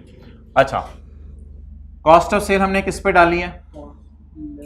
Cost minus PV of UGRV. Mathematical derivation होने लगी है। सेल को for the time being assume करें पीवी ऑफ एलपी लोअर आ गई है। फॉर द टाइम बिंग मेरे कहने पे एज्यूम कर लें पीवी ऑफ एलपी लोअर आ गई है। और कॉस्ट किस पे है? इन्वेंट्री। इन्वेंट्री किस पे है? कॉस्ट पे। जरा चेक करें मैथमेटिकली फॉर्मूला टैली हो रहा है? मैथमेटिकली फॉर्मूला टैली हो रहा है? चलिए एक काम करता हूं मैं, ऐसे गलत सा काम है, एक काम करता हूं मैं, इसको पीवी ऑफ यूजीआरवी जो है इसको मैंने उड़ा दिया। अगर इसको मैं उड़ा दूं तो अब देखें पीवी ऑफ एलपी इधर पड़ी हुई है, पीवी ऑफ एलपी इधर पड़ी हुई है, कॉस्ट इधर पड़ी हुई है, कॉस्ट इधर पड़ी हुई है। इसकी वजह से फॉर्मूला आउट होगा। इसकी वजह से फॉर्मूला क्या होगा? मैथमेटिकल डेरिवेशन है, लॉजिकल डेरिवेशन बाद में है फॉर्मूले की। बता दें कॉस्ट आपस में कट जाएगा, पीवी ऑफ एलपी से कट जाएगी, पीवी ऑफ यूजीआरवी इधर पड़ा हुआ है, पीवी ऑफ यूजीआरवी इधर नहीं पड़ा हुआ, तो पीवी ऑफ यूजीआरवी को इधर डेबिट साइड पे प्लस के साथ है, डेबिट पे ही मैं किसके साथ डाल रहा हूं? माइनस के साथ डाल रहा हूं। क्लियर? ये फॉर्मूले की क्या हो गई? Mathematical derivation. अब इस फॉर्मूले की लॉजिकल डेरिवेशन। लीज रिसीवेबल वो पैसे होते हैं जो लेसर ने लेने हैं, चाहे एनआई वाले पैसे इसने लेसी से लेने हैं, चाहे आउटसाइड वर्ल्ड से लेने हैं। तो लीज रिसीवेबल तो हमेशा एनआई पे आता है, इसके ऊपर मुझे बात करने की ज्यादा जरूरत नहीं है। सिर्फ जो मैं आपसे बात करना चाहूंगा वो करना चाहूंगा कॉस्ट ऑफ सेल पे। क्या जिंदगी में आपने कभी किसी खर्चे को नेट ऑफ रेजिडुअल वैल्यू खर्चे में डाला? IAS 16 में आप करते थे कॉस्ट माइनस रेजिडुअल वैल्यू, खीर होगी माइनस। IAS 16 में यही करते थे ना, कॉस्ट माइनस रेजिडुअल वैल्यू, इसका नाम रखते थे अब डेप्रिशिएबल अमाउंट, और इसको भी लाइफ से क्या करते थे, क्यों रेजिडुअल वैल्यू माइनस करते थे, क्या क्या टीचर वजह क्या बताते थे IAS 16 में क्यों रेजिडुअल वैल्यू माइनस करते थे? एसेट आज इतने के एंड पे बाजार से इतने आ जाने हैं, तो तुम दीवाने हो कि जो है वो एसेट को डेप्रिशिएट कर रहे हो कॉस्ट पे। इधर भी सोचें, ट्रक आज इतने का बना है, 6300 का बना है हमारा, लेकिन जब जीआरबी यूजीआरबी गिवन होती है, मींस के 5वें साल के एंड पे ट्रक वापस आने, जब वापस आना है तो हमें कुछ दे के जाएगा वो, तो जब कॉस्ट खर्चे में डाली और रेजिडुअल वैल्यू रिकवर होनी है या पे करनी है, रिकवर होनी है, बाजार में जाएगा ये एसेट और बाजार में जाके बिकेगा, बाजार में जाके ये पैसे आएंगे हमारे पास, समझ आ रही है बात? तो फिक्स्ड एसेट को क्यों डेप्रिशिएट करते थे कॉस्ट माइनस रेजिडुअल वैल्यू करके? फिक्स्ड एसेट को इस वजह से डेप्रिशिएट करते थे कॉस्ट माइनस रेजिडुअल वैल्यू करके कि 100 रुपए की हम बिल्डिंग खरीदते थे, सोचते थे 20 रुपए की बिक जाएगी, तो 80 को हम उसकी लाइफ पे डेप्रिशिएट कर देते थे। सिमिलरली ये इन्वेंट्री है और ये वापस आ जानी है, लेकिन वापस आने का मतलब ये नहीं कि सेल बुक ना करना। भाईजान 5 टेस्ट पूरे हो गए हैं, पूरी जवानी लेसी ने एंजॉय कर ली है, सेल बुक कर दें, ये एसेट बिक गया आपका। वो जो 5वें साल के आखिर में एंड पे वापस आने ना कचरा, उस कचरे को आप जो है वो उसका अचार बना लीजिएगा और कुछ नहीं कर सकते आप उसका। तो ये ना सोचिएगा, कई लोग ये भी घर जाके सोचते हैं, सर आपने एसेट को सेल करा दिया, ट्रक तो सेल में चले गए और आप उधर से कह रहे हैं 5वें साल के एंड पे वापस भी आ जाने हैं। तो 5वें साल के एंड पे उसने क्या कचरा आपके पास वापस आना है, उसको आपने क्या करना है, उसको डस्टबिन में फेंकना है आपने, ज्यादा से ज्यादा बाजार जाके उससे 700 ले लेना है, और क्या करना है आपने ट्रक का, कुछ भी नहीं करना आपने। तो इसलिए ये ना समझिएगा वापस आ जाने का मतलब ये नहीं कि सेल बुक ना करें। सेल बुक लीज में तब होती है जब 5 टेस्ट पूरे हो रहे हो। तो 5 टेस्टों में से एक का जवाब भी यस आ जाए तो लीज क्या बन गई, जब फाइनेंस लीज बन गई तो आप सेल बुक कर लें, कोई मसला नहीं। अच्छा, मैं ये बात कर रहा था कि logical derivation of formula number 1 NI, इस पे तो बात करने की जरूरत नहीं। खर्चा कितना बुक करें, जो खर्चा है या नेट ऑफ जो वापस आ जाना है। अब कोई बच्चा क्लास के बाद अगर आके पूछेगा कि कॉस्ट में से पीवी ऑफ जीआरबी भी माइनस करें, तो भाईजान इतनी डिटेल में जाने की आपको जरूरत नहीं है, फिर स्टैंडर्ड के अंदर पूरी डिटेल में चले जाएं, फिर तो आप बहुत अपना टाइम जाया कर रहे होंगे। बाजार से बस जो पैसे आने हैं, लेसी से नहीं आने, जो बाजार से पैसे आने हैं मैं कह रहा हूं उनसे नेट कर दें बस। Cost minus PV of यूजीआरबी।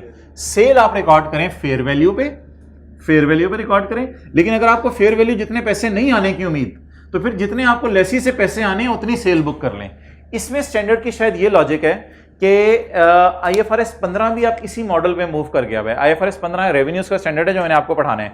IFRS 15 ये कहता है कि आपने कस्टमर को चीज बेची 50 रुपए की और आपको उससे आने हैं 30 रुपए, तो IFRS 15 कहता है अगर आपको पहले दिन ही पता है इतना बैड हो जाने तो सेल ही 30 पे बुक करो। अब आप कहेंगे ये बंदा पागल था, उसको 30 रुपए की चीज बेची। तो भाईजान ये मरी के अंदर जो लोगों की डेथ हुई थी, तो मरी में अब कोई बंदा है वो गाड़ी में फंसा हुआ है, उसने सामने वाले दुकानदार को जाके कहा यार मैं मजबूरी में हूं, मुझे 50 रुपए वाली चीज 30 रुपए में दे दे। तो दुकानदार दे देते थे, खुश होकर उन्होंने दे दी थी, कोई नहीं यार ले लो तुम 30 में चीज। अब दुकानदार को पता है बैड डेट होने 20, लेकिन दुकानदार सेल 50 पे बुक नहीं करेगा। IFRS 15 में आपको स्टैंडर्ड पढ़ाऊंगा, वो कहेगा दुकानदार सेल ही किस पे बुक कर ले, 30 रुपए बुक कर ले। तो फेयर वैल्यू आ जाए बहुत अच्छी बात है आपको एसेट की। अगर फेयर वैल्यू नहीं आ रही आपको, तो जो पीवी ऑफ एलपी लेसी से आ रही है फिर उसी पे आप एसेट को बुक करें। तो लोअर ऑफ फेयर वैल्यू और present value of lease payment और इन द एंड कॉस्ट। ये सारी बातें जो मैंने की है ना, इन सारी बातों को आप जो है वो डस्टबिन के अंदर फेंक दें और E = MC स्क्वायर की तरह ये फॉर्मूला यूज कर लें, बस खत्म बात। इन सारी बातों को साइड पे रखें, इन फिगर्स को ढूंढवाएं, मुझे फिगर्स को ढूंढवाएं, फिगर्स को ढूंढवाएं। NI सही फिगर बोलनी है और एक दफा बोलनी है। NI excellent 9449। कॉस्ट 6300। अब आपको रेड मार्कर हेल्प करेगा इसके लिए। पीवी ऑफ यूजीआरबी, ये यूजीआरबी है, ये पीवी ऑफ यूजीआरबी है। नोट बनाते हुए ये वाली लेके जाऊंगा मैं रिकॉन्सिलिएशन में। अभी मैं पीवी पूछ रहा हूं आपसे, what is PV of UGRV? 348। What is fair value? 945। What is PV of LP? Excellent 9101। 91। What is lower? 9101। इसका मतलब बाजार से कम पैसे आ रहे हैं किसी वजह से उससे, तो बस सेल फिर 9101 पे बुक करेंगे। और इन्वेंट्री कॉस्ट कितनी? 6300। चलें जी, एंट्री के आगे आप फिगर्स लिख लें, आप अपना सवाल पूछें। इसलिए कि वो जो फिगर है वो फ्यूचर वैल्यू है और ये कॉस्ट आज की वैल्यू है और 700 फ्यूचर वैल्यू है। IS 16 में ये नहीं होता। IS 16 में एक लफ्ज लिखा हुआ है, वो आपको टीचर पढ़ाते नहीं, उस पर ज्यादा फोकस नहीं होता। IS 16 की जो रेजिडुअल वैल्यू की डेफिनेशन है उसमें भी लिखा हुआ है the amount which you would currently obtain. अगर आज बेच के आप जितने पैसे लेंगे वो आरबी में लें, उस तरह का चला हुआ एसेट। तो IS 16 में भी मोर और लेस सेम कॉन्सेप्ट है। बहरहाल आपको जो फॉर्मूलाज बताएं उन पे फोकस करें। एंट्री टैली होगी, NI बताएं जी। 9449, ये जो मैंने ब्लैक में लिखी हुई है जी। कॉस्ट ऑफ सेल निकालनी पड़ेगी। What is cost? 63 minus 348 5952। What is fair value? 94। What is PB of LP? 9101 9101। What is inventory? 6300।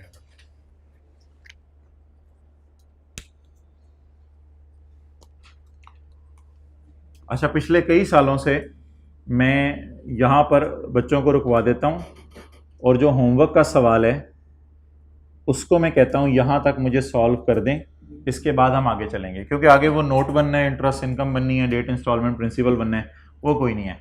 तो आप लोगों को अब मैं 5 से 7 मिनट दे रहा हूँ। इससे पिछले सफ़े पे एक सवाल है, उस सवाल को यहाँ तक मुझे सॉल्व कर दें, लेकिन ये वर्किंग ज़रा खूबसूरत सी करनी है जैसे मैंने की है। पिछले सफ़े पे सवाल, अभी मेरे से कोई सवाल ना पूछें, शालीमार वाला सवाल जो है मुझे पिछले सफ़े वाला यहाँ तक सॉल्व करके दे दें। और ये आपका टेस्ट है, आपने किसी दाएं बाएं वाले से पूछना नहीं है। कैमरा इधर रखो। अच्छा जी, भाई उस कमरे से एक भाई आए, एसी बंद करना है। अच्छा,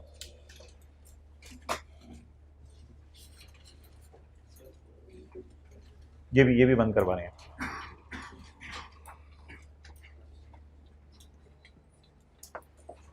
कर दिया, ये भी कर दो जल्दी जी, हिम्मत। 10 ट्रक हैं, 10।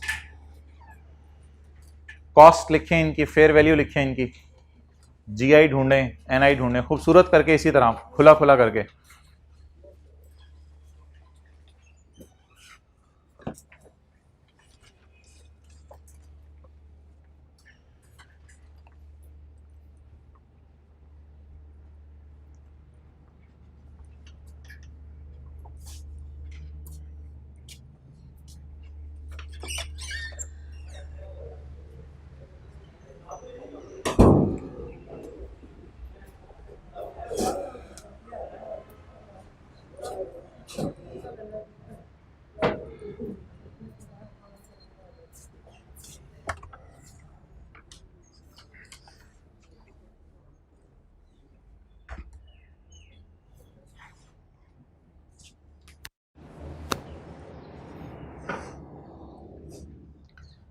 सफ़े के ना एक्सट्रीम राइट साइड पे फिगर लिखा करो।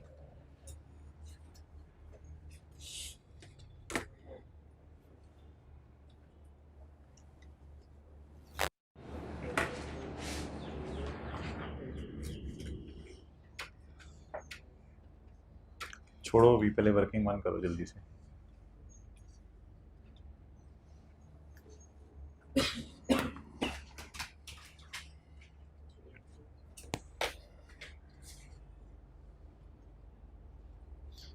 ये फिगर इधर लिखा करो जरा, खुला खुला करके।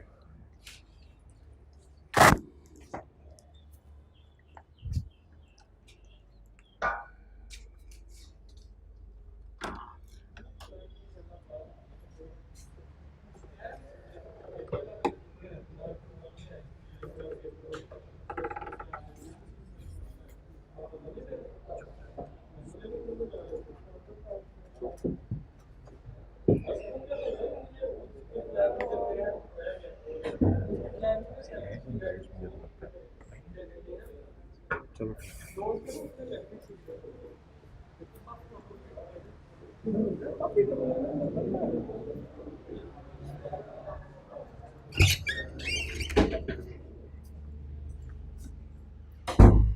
परसों के सवाल में इसलिए मसला नहीं आया था कि उसमें यूजीआर भी नहीं थी।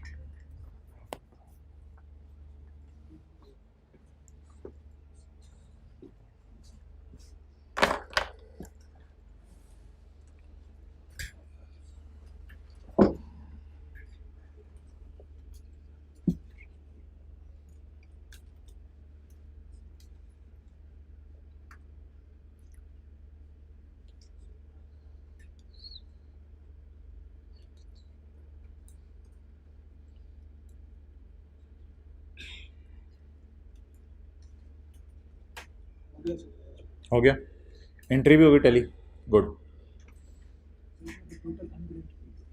हाँ बस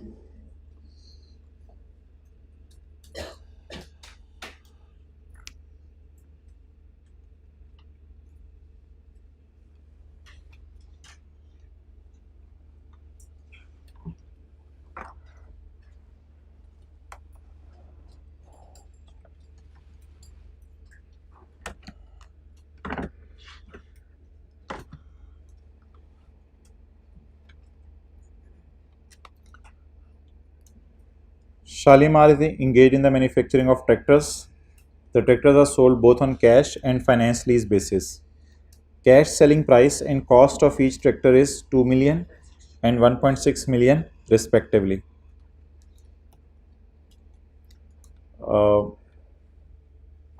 अगर किसी की जनरल एंट्री रह गई है तो खैर है, बाकी अगर हो गया तो अब इधर टेंटिव हो जाए। ये मुझे कैसे पता चलेगा पेपर में? ये सिंपल लेसर नहीं है।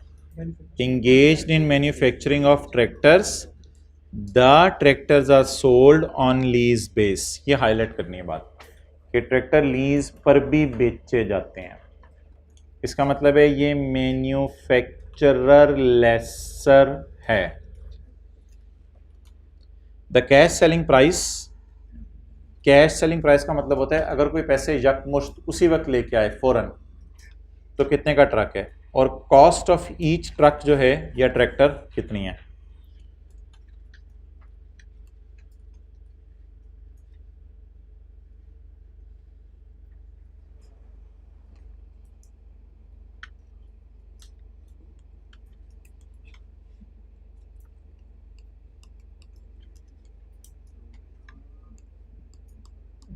जी बताएं जी। Cost 1.6 into 10 16। Fair value 2 million into 10 20 million. तो मैं सवाल कर रहा हूँ रुपीज़ इन मिलियन में। ऑन 1 जनवरी 1000 में किया आपने, ज़्यादा नहीं मिलियन में, 1000 में किया, ज़्यादा नहीं, तो मैं 1000 में कर देता हूँ, रुपीज़ इन 1000। अगर आपने फिर रुपीज़ इन 1000 में करना है ना तो देखें इधर, तो 16 मिलियन ना ये है, 16 मिलियन ये है, 16 मिलियन नहीं बल्कि 1.6 मिलियन, 1.6 मिलियन ये है। अब जब आप इसे कन्वर्ट करेंगे ना रुपीज़ इन 1000 में तो ये 1600 रह जाएगा। तो 1600 ज़रब 10 इज इक्वल टू 16,000। अब ये रुपीज़ इन 1000 में हो गया। और 2 मिलियन है, 2 मिलियन को अगर रुपीज़ इन 1000 में करना है तो आखिरी 3 उड़ा दिया सिफर, 2000। 2000 into 10 truck is equal to 20,000। ये कॉस्ट आ गई, फेयर वैल्यू आ गई। अब मुझे चाहिए जीआई। जीआई मैं ब्लैक मार्कर से लिखूंगा एलपी प्लस रेड मार्कर से यूजीआरवी जी। The total unguaranteed residual value at the end of lease is 1 million. Total unguaranteed का क्या मतलब है? 10 ट्रकों की या टोटल? टोटल। ये 10 ट्रकों की है, ये पर ट्रक नहीं है। और किराया भी मेरे ख्याल से टोटल है 6375। डाउन पेमेंट 0, रेंटल 6375 ना, अच्छा 454 को किया है मैंने, खाली 4 को देख के कर दिया है। हाँ वैसे कर सकते हो, ठीक है। 6375 इंटू कितने कराए? 4। इसमें वो 5वें साल वाली बात को फारिग करना था। 0 प्लस UGRV 1000 जी 25,500 और 1000 इज इक्वल टू 26,500। थोड़ा सा अभी आपको आदत होगी, कभी कभी आप 1000 रुपीज़ इन उसमें गलती करेंगे, लेकिन विद द टाइम ये चीज़ सही हो जाएगी। NI हाँ पहले लिखें PV of LP plus PV of UGRV। GRV हो तो उसको PV ऑफ LP में डाल देंगे और उसका अलग से कुछ नहीं करना।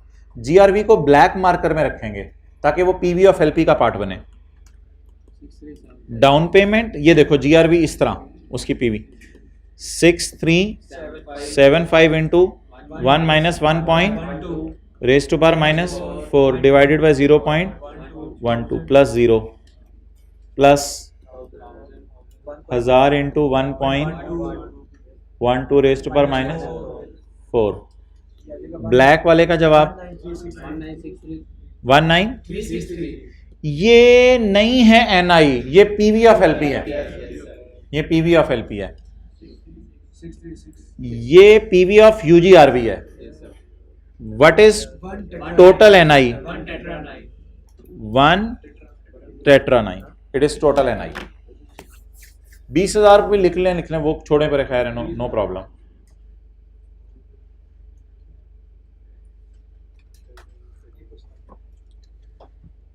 ओके नेक्स्ट, लीज रिसीवेबल किस पे आएगा?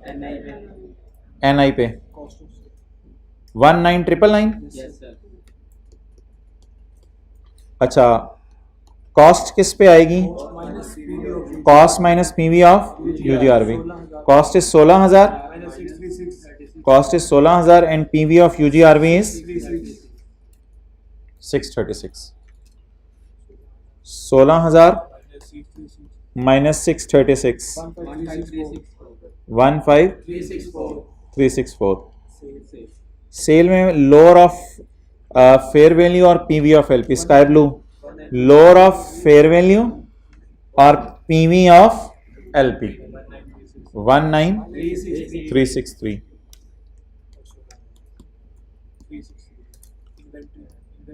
इन्वेंट्री 16,000। एग्जैक्ट मैच कर गया, 9 जमा 4 13 होता है, ये 3 आ रहा है।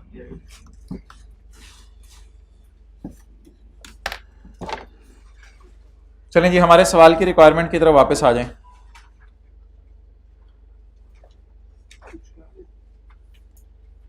हमारे सवाल की पहली रिक्वायरमेंट पढ़ें। जनरल एंट्रीज करनी है 30/11 की और 30/12 की। भाईजान ऐसे ऐसे टेस्ट मिले हैं, लेसर की किताबों के अंदर डेप्रिसिएशन चार्ज हो रही है।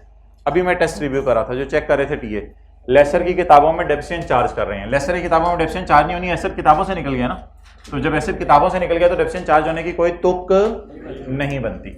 ये फाइनेंस लीज में भाईजान लेसर डेप्रिसिएशन चार्ज नहीं करता। वो जो 5 सफ़े 2 सफ़े हैं ना समरी वाले, उनको जरा अच्छे तरीके से रोजाना शाम को ज़ियारत कर लिया करें। 30 जून 11। अब मुझे चाहिए इंटरेस्ट इनकम, उसके लिए मुझे बनाना पड़ेगा अमोर्टाइजेशन शेड्यूल। तो अमोर्टाइजेशन शेड्यूल मैं बनाऊंगा, ज़रूर बनाऊंगा अमोर्टाइजेशन शेड्यूल, मैं ज़रूर बनाऊंगा अमोर्टाइजेशन शेड्यूल, मैं ज़रूर दिखाऊंगा अमोर्टाइजेशन शेड्यूल, मैं आपको ज़रूर दिखाऊंगा। मैं ऐसा हो नहीं सकता कि आपको अमोर्टाइजेशन शेड्यूल बनाऊं दिखाऊं ना। तो क्वेश्चन नंबर कौन से? 8। तो आखिरी वाले फिगर्स ना इग्नोर कर दीजिएगा, क्योंकि हमने सवाल किस में सॉल्व करें? रुपीज इन 1000 में। तो भाई बताएं जी अमोर्टाइजेशन शेड्यूल कहाँ से शुरू करना होता है? NI से। तो NI में जरा देखता हूँ कितनी है। NI 9449। अभी राउंड शाउंड करने के चक्कर में ना पढ़िएगा, बस ऐसे ही पढ़ लें। 9449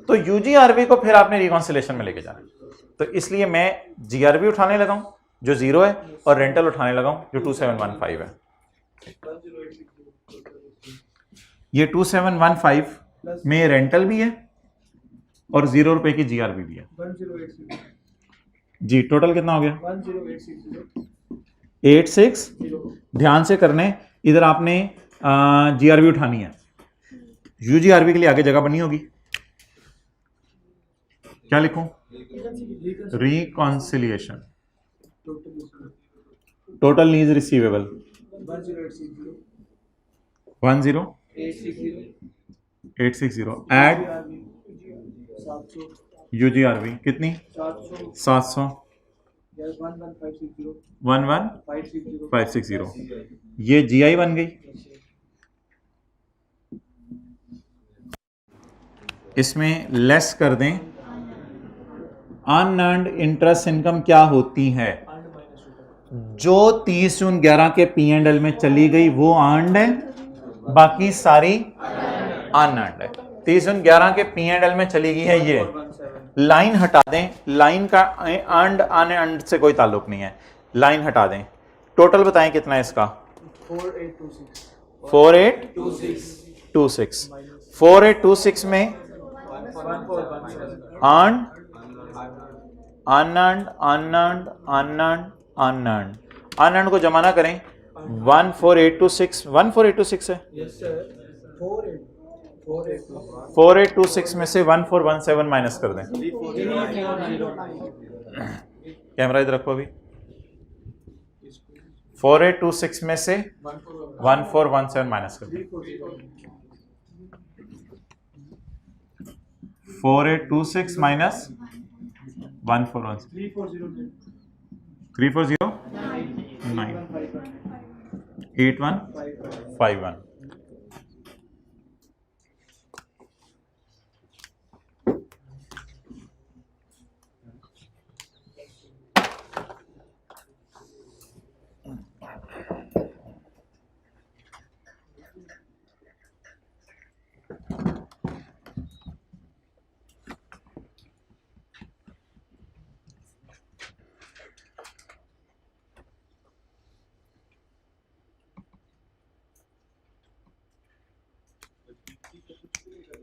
जीपी P&L में जाना है, लेकिन जीपी अभी मैं P&L में लेके नहीं जा रहा, क्योंकि बोल दें आगे, क्योंकि उसने मांगा ही नहीं।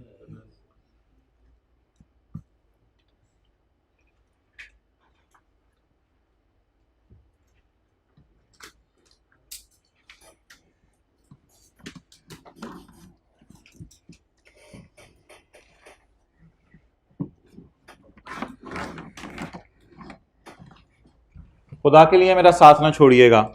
पेज 154 पे आके क्वेश्चन 8 की पहली जनरल एंट्री करें। पेज 154 पे आके क्वेश्चन 8 की पहली जनरल एंट्री करें। आप समझ लें बस घर का काम आपको साथ साथ करवाया जा रहा है। जल्दी जल्दी मेरी मौजूदगी में बैठ के पेज 154 पे क्वेश्चन 8 की पहली जनरल एंट्री कर दें। और मैं दिल से उन साहब को सलाम करूंगा जिन्होंने इसकी जनरल एंट्री सवाल शुरू होने से पहले मुझे बता दी। मैन्युफैक्चरर डीलर लेसर का सवाल है, जिन साहब ने इसकी जनरल एंट्री मुझे सवाल शुरू होने से पहले बता दी। एक्सेलेंट, बाकियों को सोचने दो। अब यार ये क्या फिक्र है? Lessors cost of setting up the lease, lessors cost of setting up the lease, IDC होगी ना, initial direct cost, lessors cost of setting up the lease. जरा मैं जाके देखता हूं कि मैन्युफैक्चरर डीलर लेसर के सवालों में फाइनेंस लीज में क्या लिखवाया था कल मैंने आपको। ये सफा तो मेरे लिए भी हेल्पफुल हो गया, सारी चीजें इकट्ठी एक जगह पे आ गई हैं। किधर है ये? इंटरेस्ट रेट था,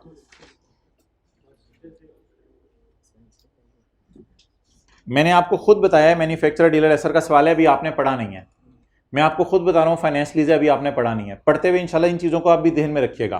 मुझे बता दें लेसर का सवाल है, हाँ सर ने बताया। सिंपल लेसर का सवाल है, नहीं सर ने बताया। मैन्युफैक्चरर डीलर लेसर का सवाल है। फाइनेंस लीज है, ऑपरेटिंग है, अभी हमने टेस्ट नहीं किया, लेकिन कौन सी लीज है? फाइनेंस। आईडीसी कहाँ चली जाएगी? एक्सपेंस में। असल में ना मैन्युफैक्चरर डीलर लेसर की आईडीसी पता है इसलिए एक्सपेंस में जाती है कि इसने अपने पूल पे ना काफ़ी सारे लॉयर रखे होते हैं और इसका काम ट्रक बेचना है या गाड़ियाँ बेचना है, तो ये उसी उन्हीं लॉयर्स में से किसी को कहता है चलो यार ये वाला एग्रीमेंट में मेरा बनवा दो। इसलिए स्टैंडर्ड कहता है इसको इस तरह डील नहीं करना औखे तरीके से जैसे कल किया था। तो पता क्या चला, मैन्युफैक्चरर डीलर लेसर में, फाइनेंस लीज में आईडीसी की एंट्री क्या होगी? कमाल रिवीजन हो रही है यार, really I really appreciate you people, और आपका जज्बा और आपका बैठना। चलें लिखें एंट्री एंट्री एंट्री, जल्दी जल्दी जल्दी जल्दी। Expense debit cash credit. बाकी भाईजान एंट्री कर दें आप मुझे, मैं आपको 2 मिनट दे रहा हूं, 2 मिनट भी ज्यादा है। पहली वाली जनरल एंट्री कर दें।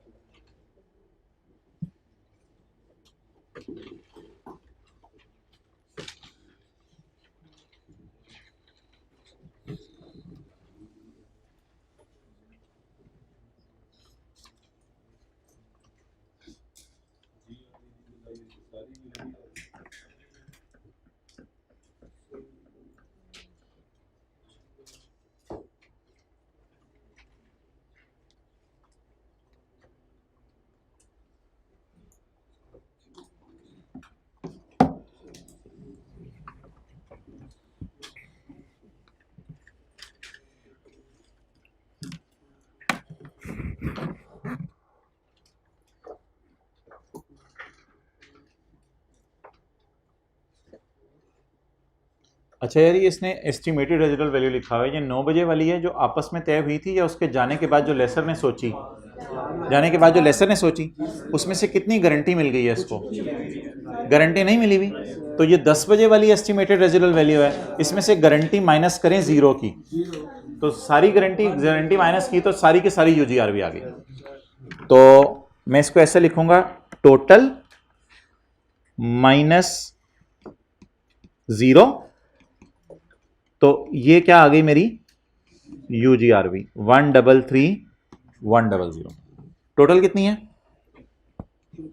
टोटल रेजिडुअल वैल्यू कितनी है जो जाने के बाद सोची? उसमें से गारंटी कितनी है, तो बाकी अनगारंटेड कितनी बची? इस तरह करके खूबसूरत सा लिख लें।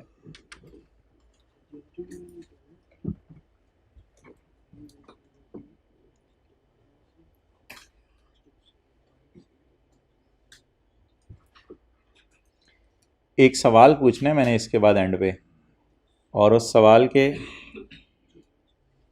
पूछने पे अगर आपने ना वो सही किया तो आपको छितर पड़ेंगे। सवाल तो आपका वैसे भी हो जाएगा लेकिन छितर पड़ना याद रहेगा। हो गई यार, क्या जान ही नहीं सवाल में, छोड़े परे फजूल टाइम ज़ाया करें। कॉस्ट बोलें कितनी है? 1500। Fair value 2000। जीआई में एलपी क्या है? 764 इंटू 3 ईयर्स, 764 इंटू 3 ईयर, ये एलपी हो गई। और यूजीआरबी 133। पीवी ऑफ एलपी में इसकी पीवी आ जाएगी और पीवी ऑफ यूजीआरबी में इसकी आ जाएगी। मुझे कोई बता सकता है कि एनआई क्या आई है? एनआई नहीं कि किस तरह आई है? पीवी ऑफ एलपी कितनी है और पीवी ऑफ यूजीआरबी कितनी है? पीवी बता रहे हो ना, 1900 और इज इक्वल टू 2000। किसने इस 1900 को, किसने इस 1900 को डिवाइड किया था फेयर वैल्यू से चेक करने के लिए कि लीज फाइनेंस ऑपरेटिंग है? वो हाथ खड़ा करें, वो हाथ खड़ा करें, वो हाथ खड़ा करें। मैंने कह दिया था फाइनेंस लीज है, मैंने कह दिया था, लेकिन भाई सोचना तो चाहिए था ना आपको। तो पांच टेस्ट लगाएं। लीज टर्म तीसरे साल के एंड पे एसेट लेसी को मिल जाने, नहीं बताया हुआ। तीसरे साल के एंड पे बाजार से कम पैसे देके ऐसी लेसी एसेट खरीद सकता है, नहीं बताया हुआ। 3 को मैं डिवाइड कर ही नहीं सकता किसी पे, वो यूजफुल लाइफ नहीं दी हुई, लेकिन पीवी को डिवाइड कर सकता हूं। और भाईजान मैंने आपको कल कह दिया था पीवी को डिवाइड करना है, एनआई को डिवाइड नहीं करना। कल मैंने कह दिया था पीवी को डिवाइड करना है। पीवी को डिवाइड करें फेयर वैल्यू से 95%। तो 95% तो फिर लीज कौन सी? Finance lease. ये मैं आपसे एक्सपेक्ट कर रहा था, आपने लगाया था, वेल डन। और पांचवी चीज क्या एसेट स्पेशल नेचर का है?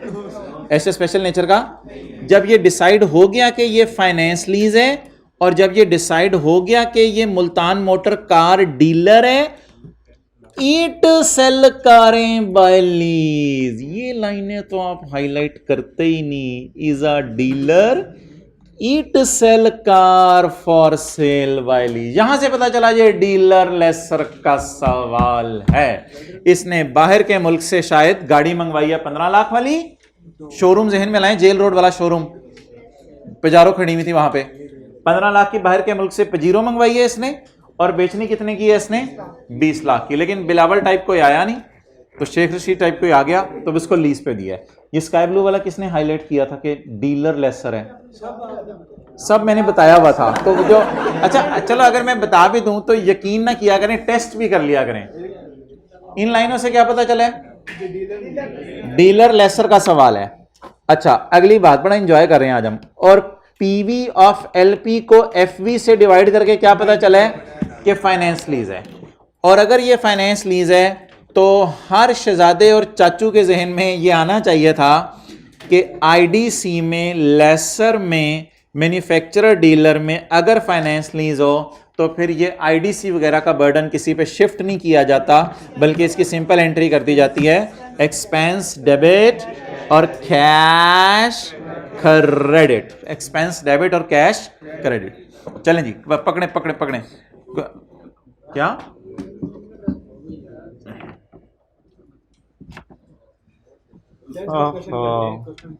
नहीं नहीं नहीं, उसको इसमें कोई जान ही नहीं। मैंने तो सोचा हुआ था ये। अच्छा और कौन सा सवाल कराया पास पेपर के बाद? पास्ट पेपर क्वेश्चन 7 की पहली एंट्री, और क्वेश्चन बैंक का कौन सा?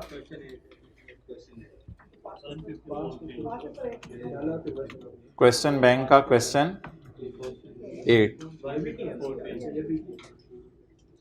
होमवर्क में आपका यही है क्वेश्चन 7 पूरा पास पेपर का। तो ये जो मैंने सोचा हुआ था प्रैक्टिस का क्वेश्चन 37 पेज 78 पे,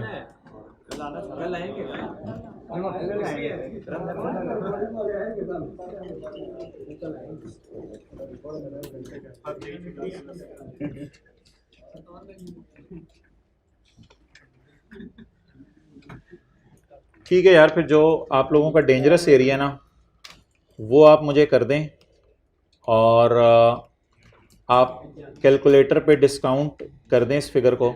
रेट सेमी एनुअल है, रेंटल सेमी एनुअल है। डिस्काउंटिंग फिर मुझे ज़रा तसल्ली दिला दें, आपको डिस्काउंटिंग है क्योंकि आपको आई कैप में लॉन्च करना है मैंने, तो मुझे डर लगा रहता है। रेंटल सेमी एनुअल 10,000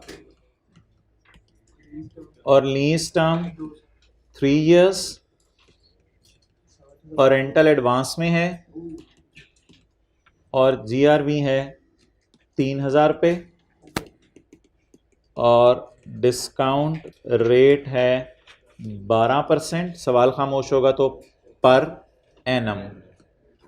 तो मुझे आप इस डेटे की बुनियाद पर प्रेजेंट वैल्यू निकाल के दे दें।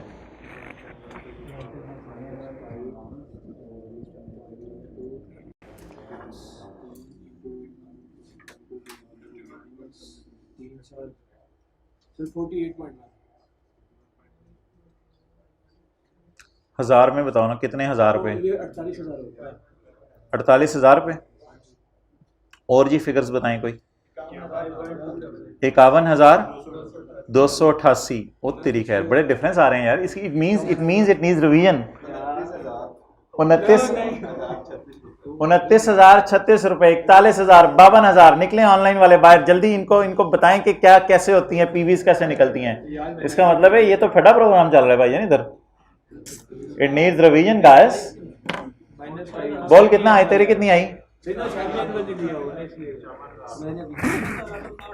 क्या 54,236 आने दो यार। अच्छी के कोई हाइब्रिड से भी कोई डिफरेंट है, जवाब तो बता दे।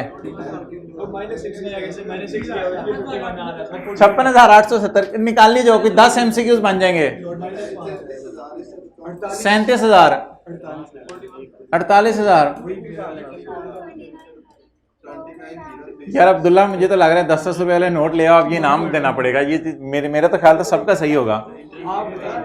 मुझे क्या पता, मैं तो अब निकाल के देखूंगा।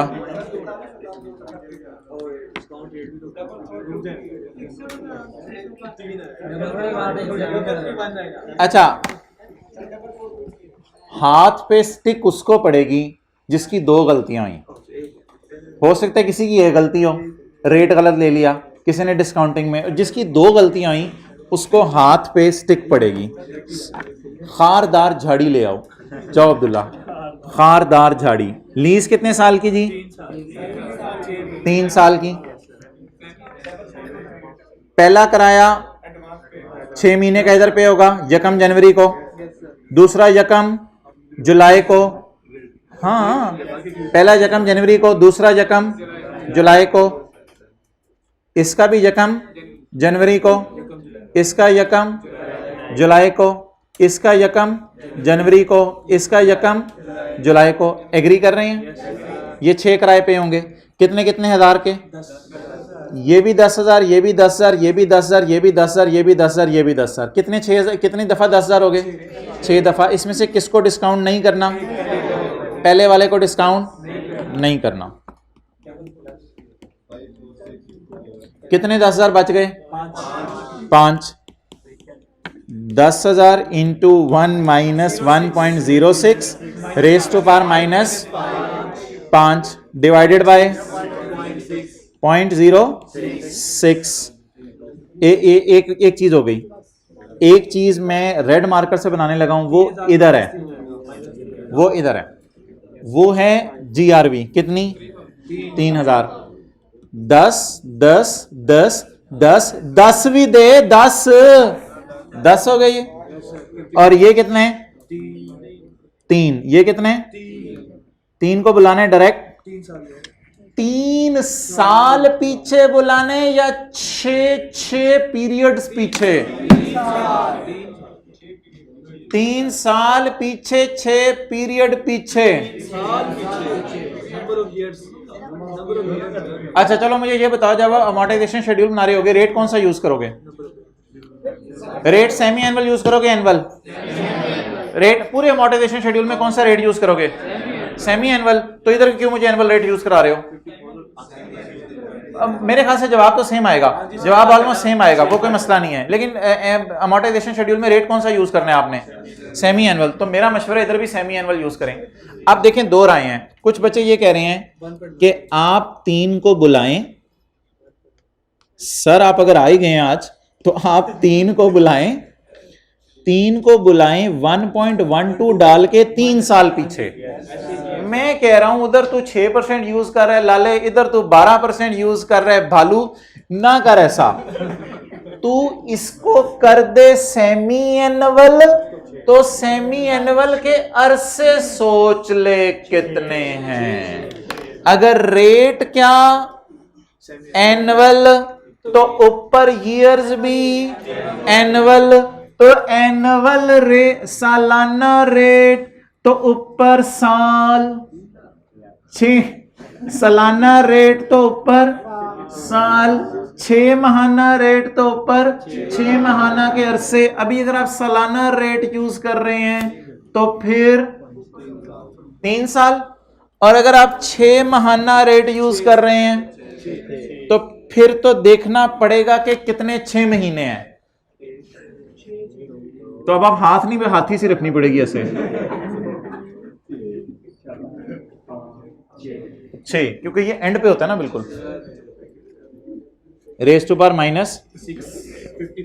जवाब दोनों तरीके से सही आएगा। कोई 1, 2, 10, 15, 20 रुपए का फर्क होगा। जवाब दोनों तरीके से बेहतर है कि अमोर्टाइजेशन शेड्यूल में जब आपने 6% पूरे में यूज करना है तो हर जगह ही 6% यूज कर लें। 5 4 2 3 9। हाँ, पहले हाइब्रिड वाले हाथ खड़ा करें, पहले हाइब्रिड वाले सही आया था, वेल डन, वेल। 1 2 3 4 5 6 7 8 लोग। अब इधर फिजिकल वाले हाथ खड़ा करें। अब ऑनलाइन वाले हाथ खड़ा करें। अच्छा, अब मुझे ये बता दें गलती क्या की थी। 2 गलतियों वाले हाथ खड़ा करें, 2 गलतियों वाले हाथ खड़ा करें, 2 गलतियों वाले।